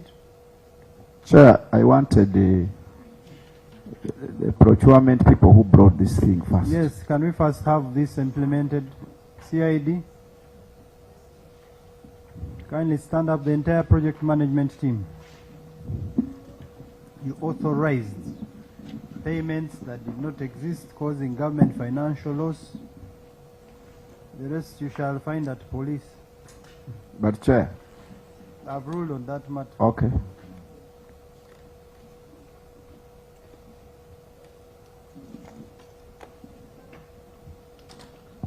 As we proceed, MD, I told you we are looking for wagons, and we have discovered you sold 81 as scrap in Uganda last year. So you can start there. Then we continue with the discussion.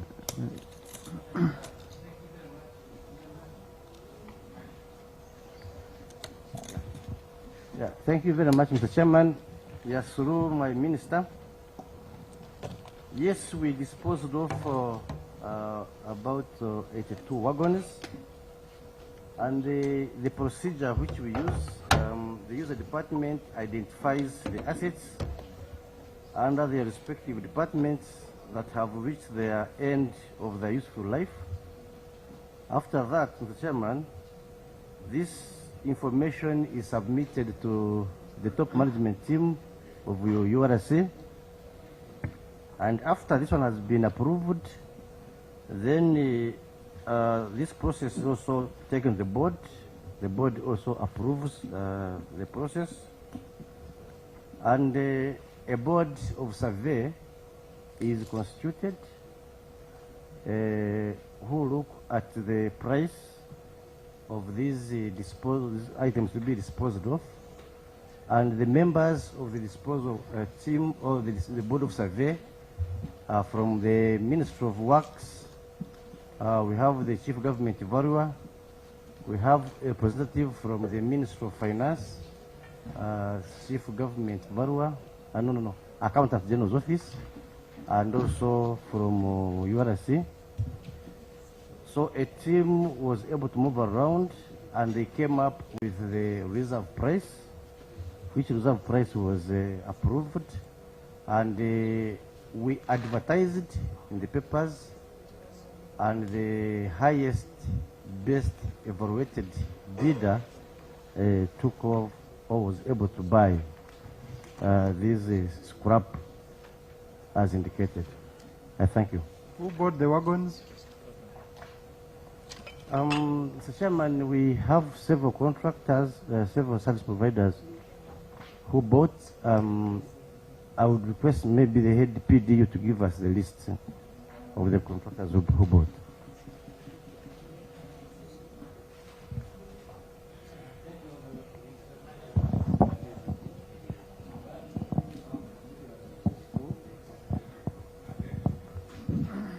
Thank you, Chairperson and the honorable members. As MD has elaborated, we used the PPDA rules to dispose of those wagons. 2 farms were merged the best. One was Diamond Steel, and another one is China Chang. For the accreditation, we used our chairperson and the members.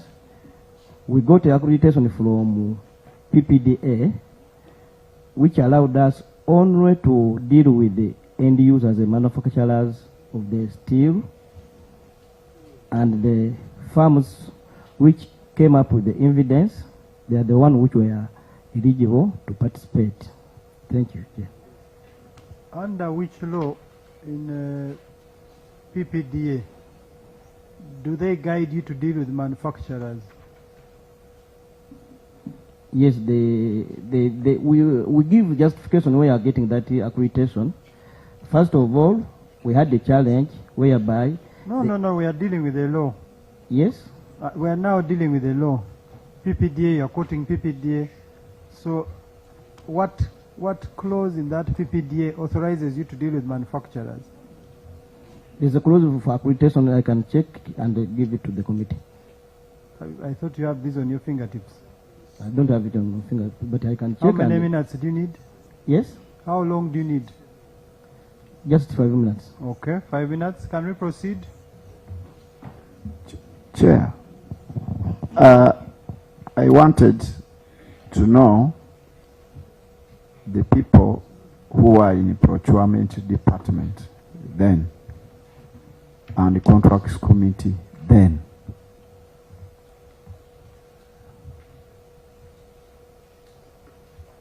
Chair, now that the people who are there, can I proceed, Chair? Kindly proceed. I think they give the person the microphone. Chair, with your permission, may I know the officers' names and the title he held then? Thank you, Chair.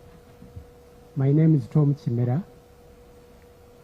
I was the head procurement and disposal unit at the time the procurements were taken.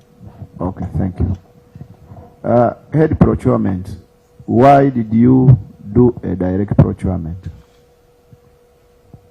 Yeah, we did a direct procurement basing on the justification that I received from the user department, which justification was approved by the accounting officer then, So, Charles Kateba. I want to go slowly. So, who was then in the user department? Because you must have received a note from someone. It was Engineer Obara. Obala, is he around? Yes, he's around. Yes.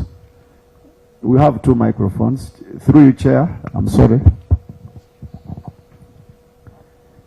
So, Engineer Obara, why did you recommend the direct procurement? Before I come to you. Through you, Chair. There was a letter written by the then finance officer written to MD. The MD was by then Engineer Kateva. The letter contained the justification and the request for procurement through direct procurement. So you wrote to him, but you also relied on a letter from the finance. Yes. Who was the finance then? Stephen Stanley. Stanley. Stanley Sendegear. Where is Stanley? He's the one who has. Where is Stanley? He also become an MD. Okay. So you said that letter was written to Kateva? Yes. So now procurement. You are supposed to have guided these people on the method of procurement. Why did you take a layman's request? For him requesting, he was just requesting as a user. Why did you guide that there is another procurement method? Because in procurement, engineer is a lay person. Thank you. In this particular case, at the time the justification was made for a direct procurement, there were correspondences at the top level. Top level from where? Minister of Finance. So, Minister of Finance said, do direct procurement. It was mentioning the company that we should deal with because it was a tied aid. So, you have that letter from the ministry saying, the ministry said, do direct procurement. No. They said what? The letter was saying, I cannot read it verbatim, but as far as I recall, The letter was giving you a company. it was giving a company that we should deal with. Okay. So on the basis of that, the user department initiated the procurement. Which is okay. Chair. Honorable James, just a little. Who is supposed to approve the method of procurement? Is it from above or it's supposed to be a contracts committee? Since First, you are the custodian of the PDU law in that yeah, entity. first is the accounting officer. Approving it? Yes. If you are doing On the whose procurement. recommendation?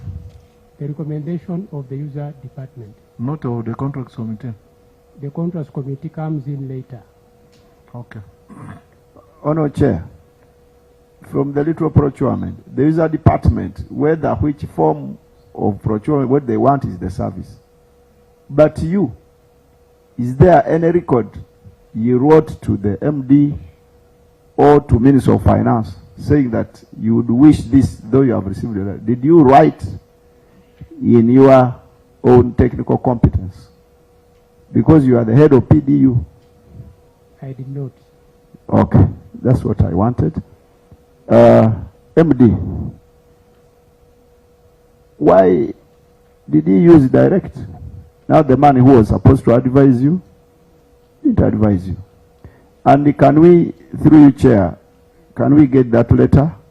We see the person who signed, whether it's finance, this is Kisanja, not normal.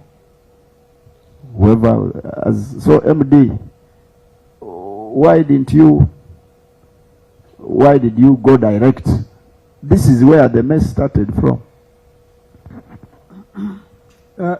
You are the MD from the inception of this project. Yes. Yes. Is it true that you first signed a contract with this consultant, and this consultant later went to Spain to source funds?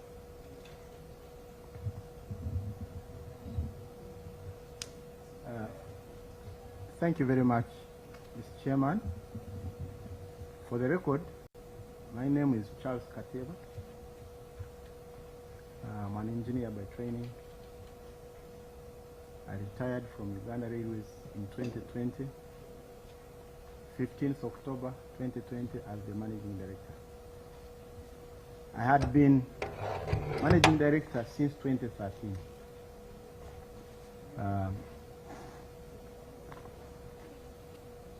Allow me to give you the background of this project so that we start on the same page. Around 2016 or early 2017, we issued a notice of termination to the Rift Valley Railways, which was managing the concession of Uganda Railways and Kenya Railways. Realizing that we will need a new set of skills, knowledge, and attitudes to manage an operating railway as opposed to managing a concession, we approached friends in Spain to help us source funds for capacity building. As a background, these people had approached us earlier, around 2015, asking for any opportunity to work with Uganda Railways if there was that opportunity. So when this opportunity arose, they had made another visit in 2016, we approached them with that request. On top of that request, we had given them a concept of the Kampala multimodal hub, which I had put in place to try and utilize the surplus land at URC that was not being used by RVR, that had been left in our hands. What we're looking at is having a one-stop center for the standard gauge railway when it is built, for the meter gauge that we had, and also, if possible, have bus stops, a bus station. So we had gone to Spain to look at some, similar facilities so that they can help us design that one-stop center. When they came to present their concept, now the termination of RVR was coming on board. So we said, can you also assist us further? And that's the beginning of this negotiation or discussion about training, about the capacity building. Now, the capacity building we are looking at is to help this nascent new URC to develop skills, both technical and management skills, to manage a revamped railways. And we're looking at this project running for 5 years. After 5 years, then URC would be able to move on its own. So the conditions of the funding they got were for export promotion, whereby an entity in a donor country that has sourced a contract to provide goods or services now goes to the export credit agency in the country to apply for funding for the host country. And this is the mode in which we operated. So they approached initially the export credit agency in Spain, I think FEMI or something like that. Okay, FIM, and they gave them an intention to fund, which they introduced to the Ministry of Finance. Now, it is against this intention to fund that they now wrote to us to work with this contractor to design a project for funding that will be funded by the Spanish agency. So therefore, as my Honorable Minister explained earlier, the issue of single sourcing was already a precondition of the funding. And usually the form of contract is determined by the financier. If you borrow World Bank money, you use World Bank rules. If you borrow EU money, you use EU rules, as long as they do not contradict with your national rules. If they do, you can negotiate a waiver. You can have abridged documents, but usually the financing country takes the upper hand. I beg to say. So it is clear that based on that intention to fund, a contract was signed first, and it is this contract that the consultant took to Spain to get the funds. Yes, Mr. Chairman. Before the contract was signed, there was an higher activity, because when we went to Ministry of Finance and Ministry of Works, they demanded from us several documents, precondition to funding, which included a pre-feasibility study approved by the Ministry of Finance Development Committee, a feasibility study approved through the same, and we went through all these stages. First of all, our board, then the Ministry of Transport, of Works and Transport, Ministry of Finance, and backwards and forwards, until we reached the point of issuing a contract for there were actually two contracts.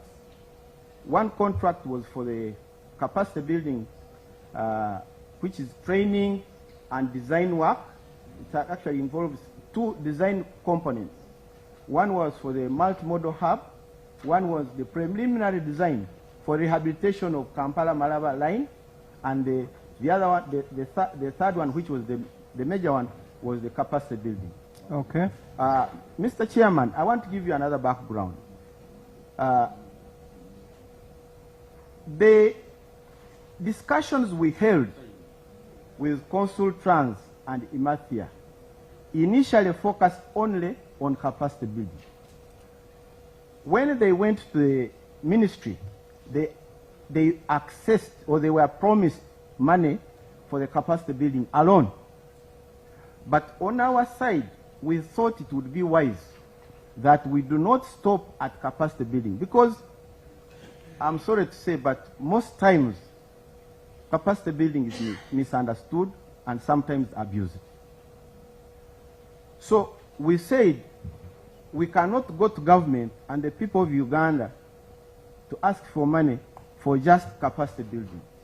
Can you add tangible deliveries, like, for example, rolling stock and infrastructure development? That's how we got the second component of the revamping of Kampala-Namangwe-Mukono line. Okay. Yeah. Now, there's components. Then I also want to bring out another just thing. a minute, As a result of the feasibility study. Please. Okay. Now we need to know, because it seems we are with the right person. Explain to us how you came up with 4.8 million euros for capacity building. And who did the needs assessment? When was the needs assessment done? Mr. Chairman, as I pointed out, there was a feasibility study. So it is this feasibility study that... Done by who? Consul Trans. So the company did a feasibility study? Yes. And did it have the needs assessment? Of course, they interrogate us to determine... Which means you approve? Yes. So you gave them a green light to spend 4.8 million euros on capacity building? Yes. Okay. So I don't have the exact figures. It is 4.8 million euros. You will forgive me if I am wrong on the figures, because I was notified yesterday. I have not looked at any document. I've been out of the organization for 6 years. So the things I'm saying is what I remember. It is to okay. the best of my knowledge. You are protected, but it is 4.8 million euros. Okay. And your predecessors are here. So you approved, this company did its own feasibility study and said, I need 4.8 million euros to do capacity building. From my interaction with your team, this was more or less refresher courses, because we expect everyone who had been hired to have had the qualifications necessary. This is meter gauge, not standard gauge. So we can call it refresher courses. We have seen instances where you find, for example, askaris who are trained in watchmen, who are trained in customer care, change management, several other people. So I want you to help us understand, what component of that needs assessment did you approve, and how many people? Because the contract states that they were going to train 20 people. The contract is here. You look like the person from your presentation. You are the one in charge. From what the ministry, from what URC gave us, he gave us a list of about, I may say, maximum of 300 people who trained. So enlighten us on how, first of all, value for money. This is a loan you are getting for refresher courses, 4.8 million euros. This is an equivalent. I saw your PRO doing the math, 21 billion or something.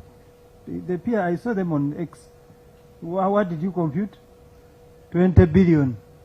We are borrowing from Spain to do refresher courses at 20 billion. help us justify. Thank you, Mr. Chairman. As I told you, I don't have benefit of the contract with me. Can I give you my copy? I don't think in this short time I can appreciate everything in that contract. Maybe I will ask time to review and answer, because it's not the contract alone. There was a project proposal, there was a feasibility study, and it is against this feasibility study that we draft the final implementation contract. In my own understanding, this training was not refresher course. So if I gave you this, you would need time. If I gave you a copy of the contract, you'll still need more time. I'm sure there must be several pages of the contract. No, specifically the 4.8 million euros for capacity build. What I can recall, and I think I have seen a copy somewhere, that 4.8 was not all for training. What was it for? There was preliminary design of Kampala-Malaba line, revamping of Kampala-Malaba line, or rehabilitation of Kampala-Malaba line. No, please. And I think you need to look at this. And then there was someone. At least that's what I said. This is what I recollect. You look from an informed point of view, so that you don't. So, Chair, as the former MD is looking. But I wanted to explain the kind of training we were looking for. You first confirm the figures. Yeah, he wants to explain what he was looking for, unfortunately, may not have been delivered, according to him. Yeah, because I wasn't there in the delivery, and I don't know. But So as you look, what our expectations were. as you look through the document, You must look at those figures. MD, look at the document. You are a Because senior you are civil servant. mixing, We don't want refurbishment to. of the- Chair, I want to ask the current MD, the minister, and Mr. Obara. There was a feasibility study which URC board sanctioned or okayed in May about this line. Who carried out the study in Obara? Because feasibility, do you remember somebody who carried out? At a cost which MD said, the board said it should not exceed $1 million. Do you remember the company which carried out the study? Feasibility. Feasibility study. Yes. Yes. Through Chair, the company was Conceptual. Conceptual. So, Conceptual did a study. In their study, it even included whatever Conceptual. Oh, Constrain. Is this the same company? It is the same company. Consultants, I think, is just a pronunciation. So, Honour Chair, this is where the board told you to get a farm. Instead of getting a farm to do, you got this farm, and this very farm is the one you constructed. No. Because the board, senior, I will pick information on it. The board approved 1 billion to get somebody to do feasibility. That feasibility, and then that very construct, did you do double payments because the board approved $1 million? Now, construct, how does construct come to do a feasibility? Then it is the very company which is going to implement. Because the board was very clear, Chair. He said, get somebody to do a feasibility. Having gotten a feasibility is when you look for someone. I don't mind whether the construct, Spain, what. Now, you as an engineer and MD, did you have something like engineer's assessment? The board members who are there, where did you get this cost of $1 million? Board, secretary of the board, by then in 2018, maybe board chair you want. How did you come to $1 million?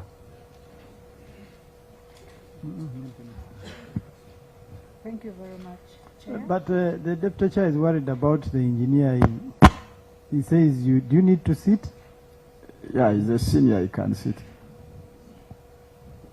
Thank through you, Chair and the honorable members, it is unfortunate that I was not on that board, but when you come in, you try to get the archive and look for documents.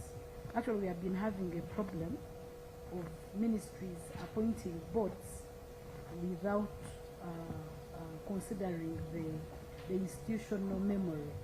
Actually, that's what even we requested the ministry, that when they're appointing boards, they should at least leave there one person or two who can easily orient other boards and even give an overview of what has happened.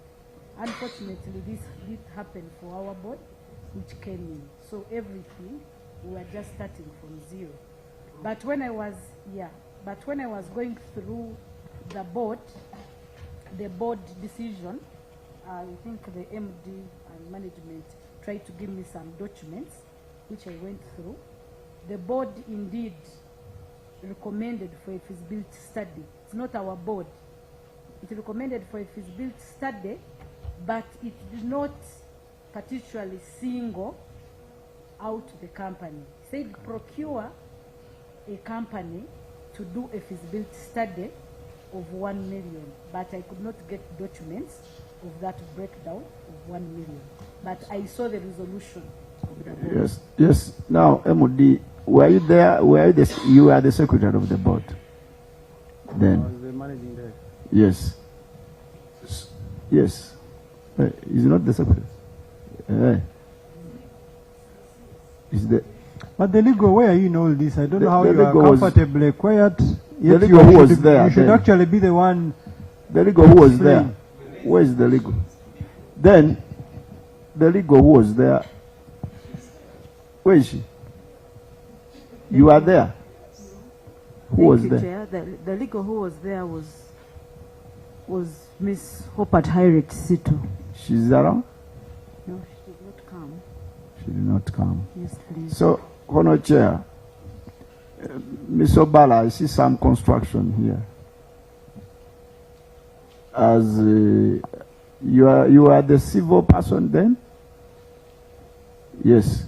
Did you have like a rough engineer's estimate? How did these people come to this? Because very many people are coming to these vehicles and procurement. The biggest chunk is here.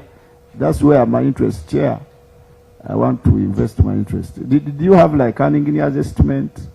How did they come to these constraints and what? And the MD said they had friends. Since this person was already a friend,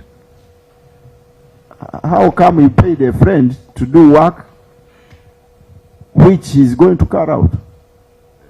MD, I wanted to know your relationship with this friend because you said he was a friend. I also want. So, Engineer Obala, did you provide the MD with the engineer's estimate? Because my interest is in this 70 billion project. These cars, other members may take interest. I'm interested in this one. The 1 billion. This, you know, the contract had a big chunk of trunk refurbishment works with the mafia, which is the same as constraints. Did you give in your department like an engineer's estimate to the board, though the consultants have come? But even you said to refurbish here, you and the mechanical person, you must have come up with something to guide. Did you guide the board on how much, or you just left the consultant to quote its own thing? We relied on the feasibility and the feasibility of the consultant. You didn't have. We did not prepare the. So, by the head, if you are busy and you had no time, did you write to Minister of Works, Engineer in Chief, to help you in this, or the Engineers Registration Board, or UIPE, to help you because you are busy, not because you don't know, but you are busy? Did you write to the UIPE or to the Engineer in Chief to help you in coming up with this? No, we did not write. You do not write. So, Chair, I need to get interested. Mr. Obala, with the team which was there, since we had the rail calipers and what the mechanical people, they did not seek for technical backstopping from the engineer-in-chief and also from the professional body. So, Mr. Obala, don't you think you led the country into this mess, or there was an upper hand in this contract? Because you would have done your part, because as PLA we are dealing with those upper hands now. Don't you think there was a lapse on your part, engineer? But MD, did you write requesting for your internal engineer's estimate? And the Obala refused? Mr. Chairman, all the work that we did, starting from the concept stage, was done with the assistance of the user department. So, user department was Obala. Was what? For consultancy services, it was all the departments, because the training would be done in those departments. Now, for permanent or the infrastructure services, it would be the chief civil engineer to work with the consultants to compile the needs. So everything that was done, in fact, when they were doing the feasibility study, I took the technical team to review the interim report to Spain. That's when we determined the full scope of the feasibility study. Okay. Remember, the promise to fund was only for 28 million euros. But the feasibility study was for the full scope of rehabilitation of the line, totaling 330 million euros. It is as a result of this feasibility study that we have procured the project for revamping of the Malaba line, funded by ADB. So these terms of these technical requirements have been determined by the user department. Okay. Now, the user department, MD, is saying the user departments failed the MD. Honour Chair, MD, there was a engineer, I want to say something. You didn't fail the MD? You said user departments. Yeah. We didn't. The consultant did not work independently. We worked together. We would go to the field. No. What I wanted is you, like this construction, you come out with a preliminary engineer's estimate. If the consultant would have quoted maybe 16 million, for you to tell MD that our independent is around 14 or 20 million euros. So Bala, according to the MD, even including you said you did not do your part. I think that is a lapse.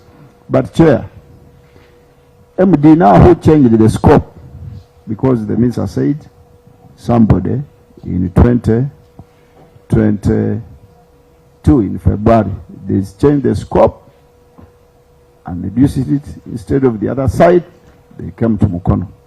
May we know who changed the scope and where are the minutes of the change of the scope, and did the board approve? If the board approved, and MD, did you come to Parliament for change of scope? If the scope changed, why didn't you reduce on the amount of the money?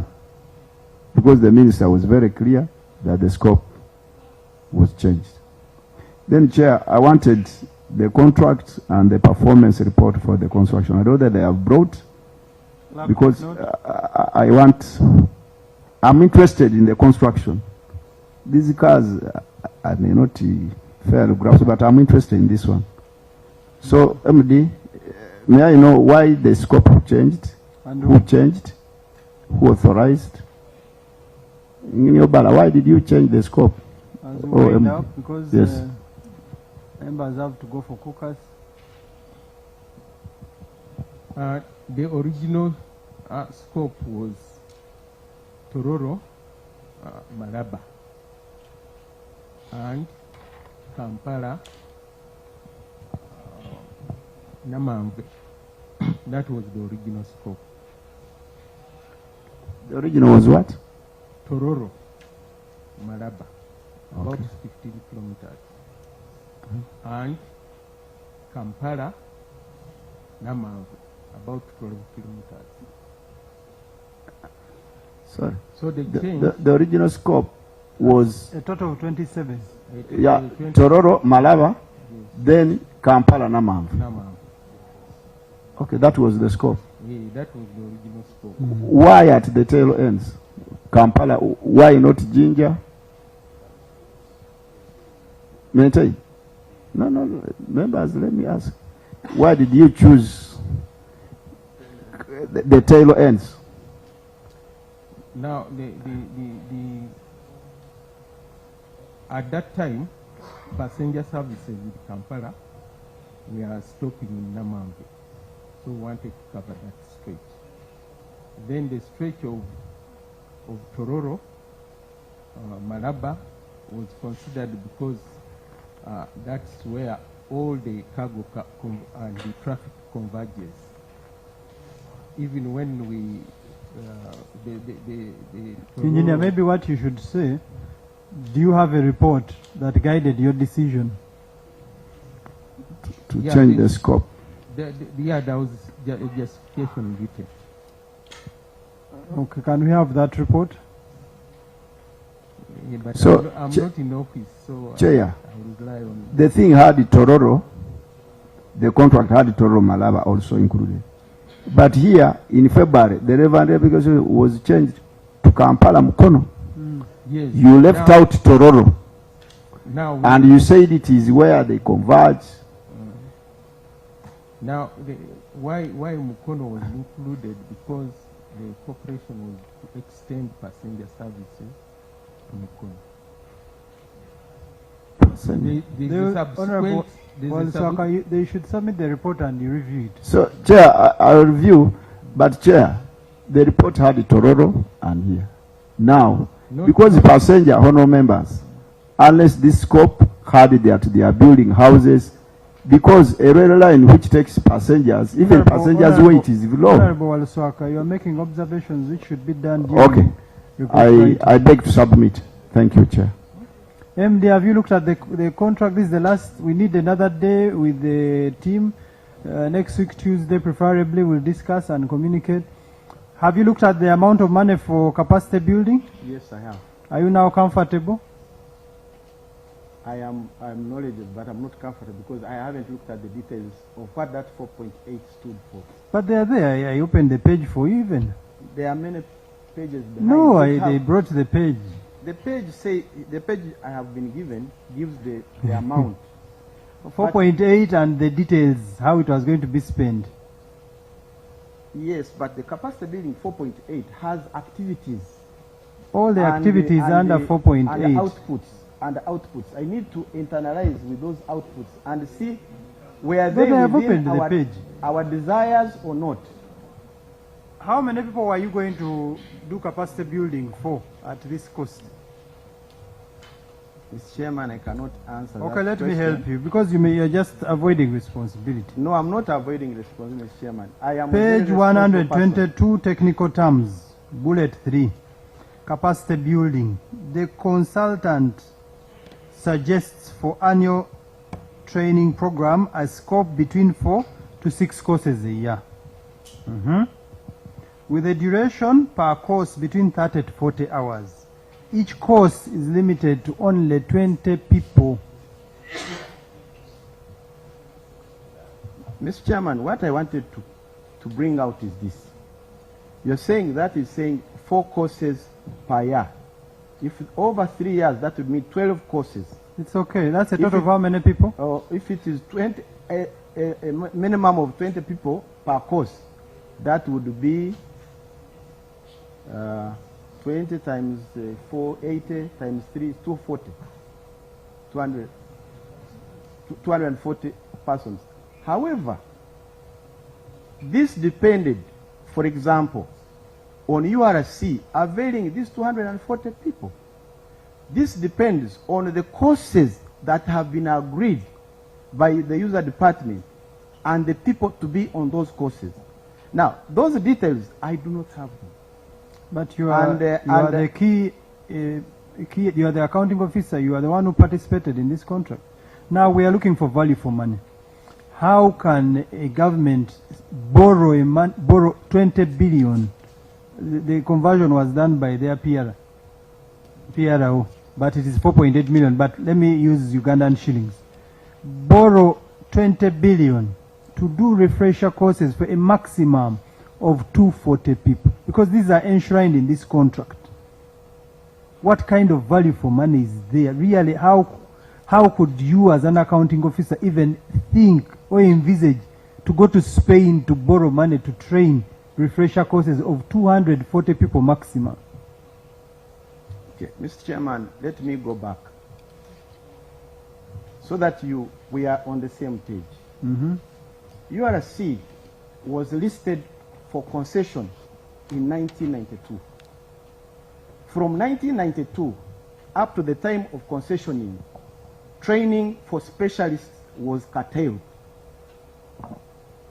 From 2006 to 2018, Uganda Railways did not run trains, so they had no skills for running training, neither technical or managerial.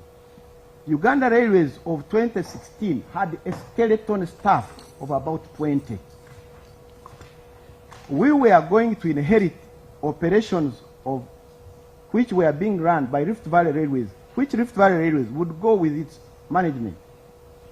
From 2006, when RVR took over the management of Uganda Railways and Kenya Railways, they moved all senior management to Nairobi. So there was no senior management in our people. So the training is not refresher course.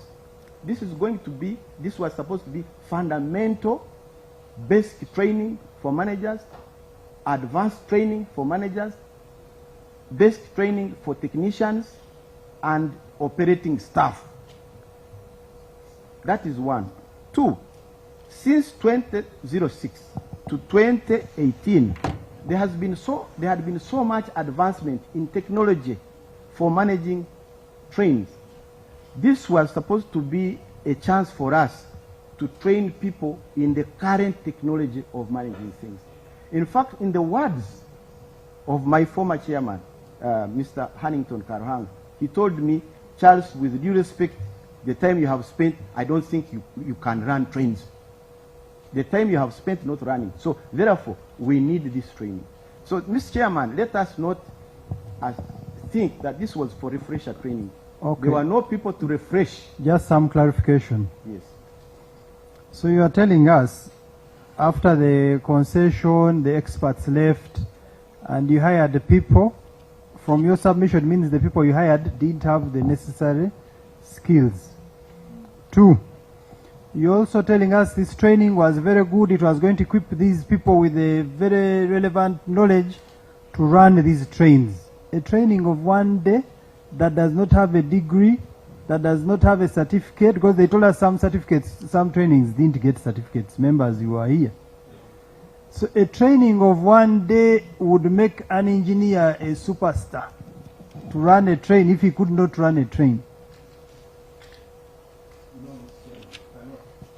My expectation was we were going to hire consultants with the necessary skills and set up classes. That is one. Have instruction for weeks, even months if possible, so that these people have the necessary skills. Uganda does not have a railway training school. In fact, even in the region, there is one railway training school in Nairobi, which is mostly for technicians and junior staff.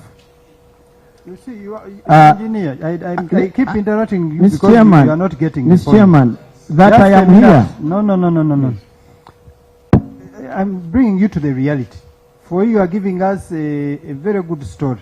And there are very many engineers, even us, who would appreciate, let's train our people, okay, let's take them maybe to Spain, train them properly in these institutions. But even the training school director is here. She's one of your staff. She's here. Can you stand up? She was the training school director. Am I lying to these people? Okay. So she's here. The training lasted 1 day. Can I respond to that, Mr. Chairman? That is a fact of contract implementation, execution. But that's not what we set out to do. I cannot answer for contract execution. If I was in place, maybe I would have renegotiated. Just a moment. But as you say, because you are saying it was not for 1 day, but the contract states the course, the duration of a course is 30 hours. So 30 hours, even if you break down a day, maybe 50. Maybe 1 hour, you are training for 1 hour a day. Okay, but let's understand. Deputy Chair, you want to? Chair, I just wanted to ask from the MD, who does approval of confirmation of funding for a procurement? The MD, the accounting officer. The accounting officer. So how will you approve this? You're now jumping away from the responsibility. Did you confirm availability of funding for this procurement? Yes, Mr. Chairman. What was your source of knowledge for approving? The letter from Minister of Finance. Not any internal resource? No. Not based on the details of the activities? Mr. Chairman, I told you that we had a pre-feasibility study that determined the global requirements. On the basis of the pre-feasibility study, a detailed feasibility study was done. Now, it is that feasibility study that established the components of the capacity building, including the training needs assessment and management support. Members, how do you want us to proceed? Chairman, no. In this week, we want to summarize. Members, yes. You must move. Yes. The vehicle is waiting for those going for caucus. So, I just want, how do you want us to proceed with this matter? Okay. Because we are going to reschedule them, they must come back. So whoever is speaking, I don't want questions, I just want how you want us to Thank proceed. you. Honorable Emma. There comes a time sometimes when we have to accept that I think this is not the right day to have at this meeting. I believe through your chair can get another day so we can get back to the bottom of this. Today our mighty party is having caucus, so we cannot miss. We shall come back to you later. Even the opposition has the caucus. So, Honorable Maju. NRM, not opposition. Thank you, Chair. Chair, my proposal is going to be in three phases. I think first of all, to give comfort to the former MD. I am not familiar whether his retirement was occasioned by age or something else. But to give comfort to him, Chair, I'm waiting for your attention. I'm listening. To give comfort to the former MD, number one, we need to give you a copy of the contract. Go review it, internalize it, analyze it. The time you come back to face this committee, you should be able to respond to every question. Two, Chair, the reason I'm saying that is because we are debating conceptualization versus actualization. Yeah, and it is, I'm seeing him struggling. Two, the procurement team needs to come back with the relevant prerequisites that the questions that we have given you around procurement, the decisions you made, the rationale of those decisions also need to be presented when you're coming back to face this committee. And then three, Chair, in the interest of a full understanding of the life cycle of this project, I think we also need to analyze and see who in the Ministry of Finance needs to face this committee and respond to the relevant, because they keep referring to Ministry of Finance and directives and all that. We need to be able to also get the Ministry of Finance to respond to the relevant questions. I thank you, Chair. Okay, we shall invite Finance as well on a day because they must also appear. Only one more person. Yeah. How do we proceed? Certainly we are going to close and look for another day. But once again, I'm Engineer Sebuga Chimeze from Budiebo County. For the civil engineering team, as you come back, the chairman guided that you have to give us a report. In that report, demonstrate why the Tororo Malaba section was removed from the original scope and tell us the actual works that were increased. There could be other activities which you did that didn't envisage between the Kampala to Namamvwe up to Mokono. Demonstrate those. There could be earthworks, there could be drainage works, and even the rail line itself. So give us that report that indicates the original scope on the left-hand side, but also the revised scope on the right-hand side, showing the cost drivers so that we are comfortable this side. I thank you, Mr. Chairman.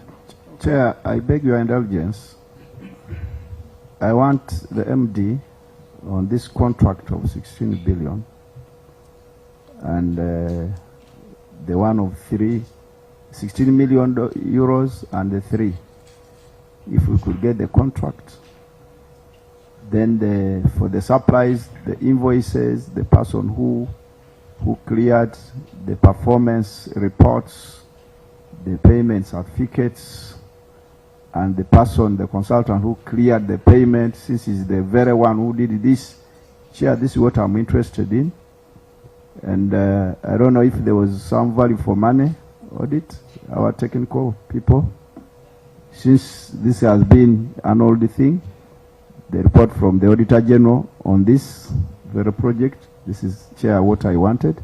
And Chair, I want to request through you that the MD, these are the senior civil servants who had since then left, we give them time and documentation so that you give them a fair hearing. But there is a big fish somewhere, I think, in the ministry, and when you come, you have the chair or the clerk, you can give the clerk information so that we call people, otherwise you might be sacrificed for nothing. I want to thank you, Honour Chair, and I implore our technical officers, in your own way, you are not supposed to be partisan, but we support NRM and PLU. Thank you. Members, we are going to adjourn this meeting to Tuesday, and we expect everyone to be present.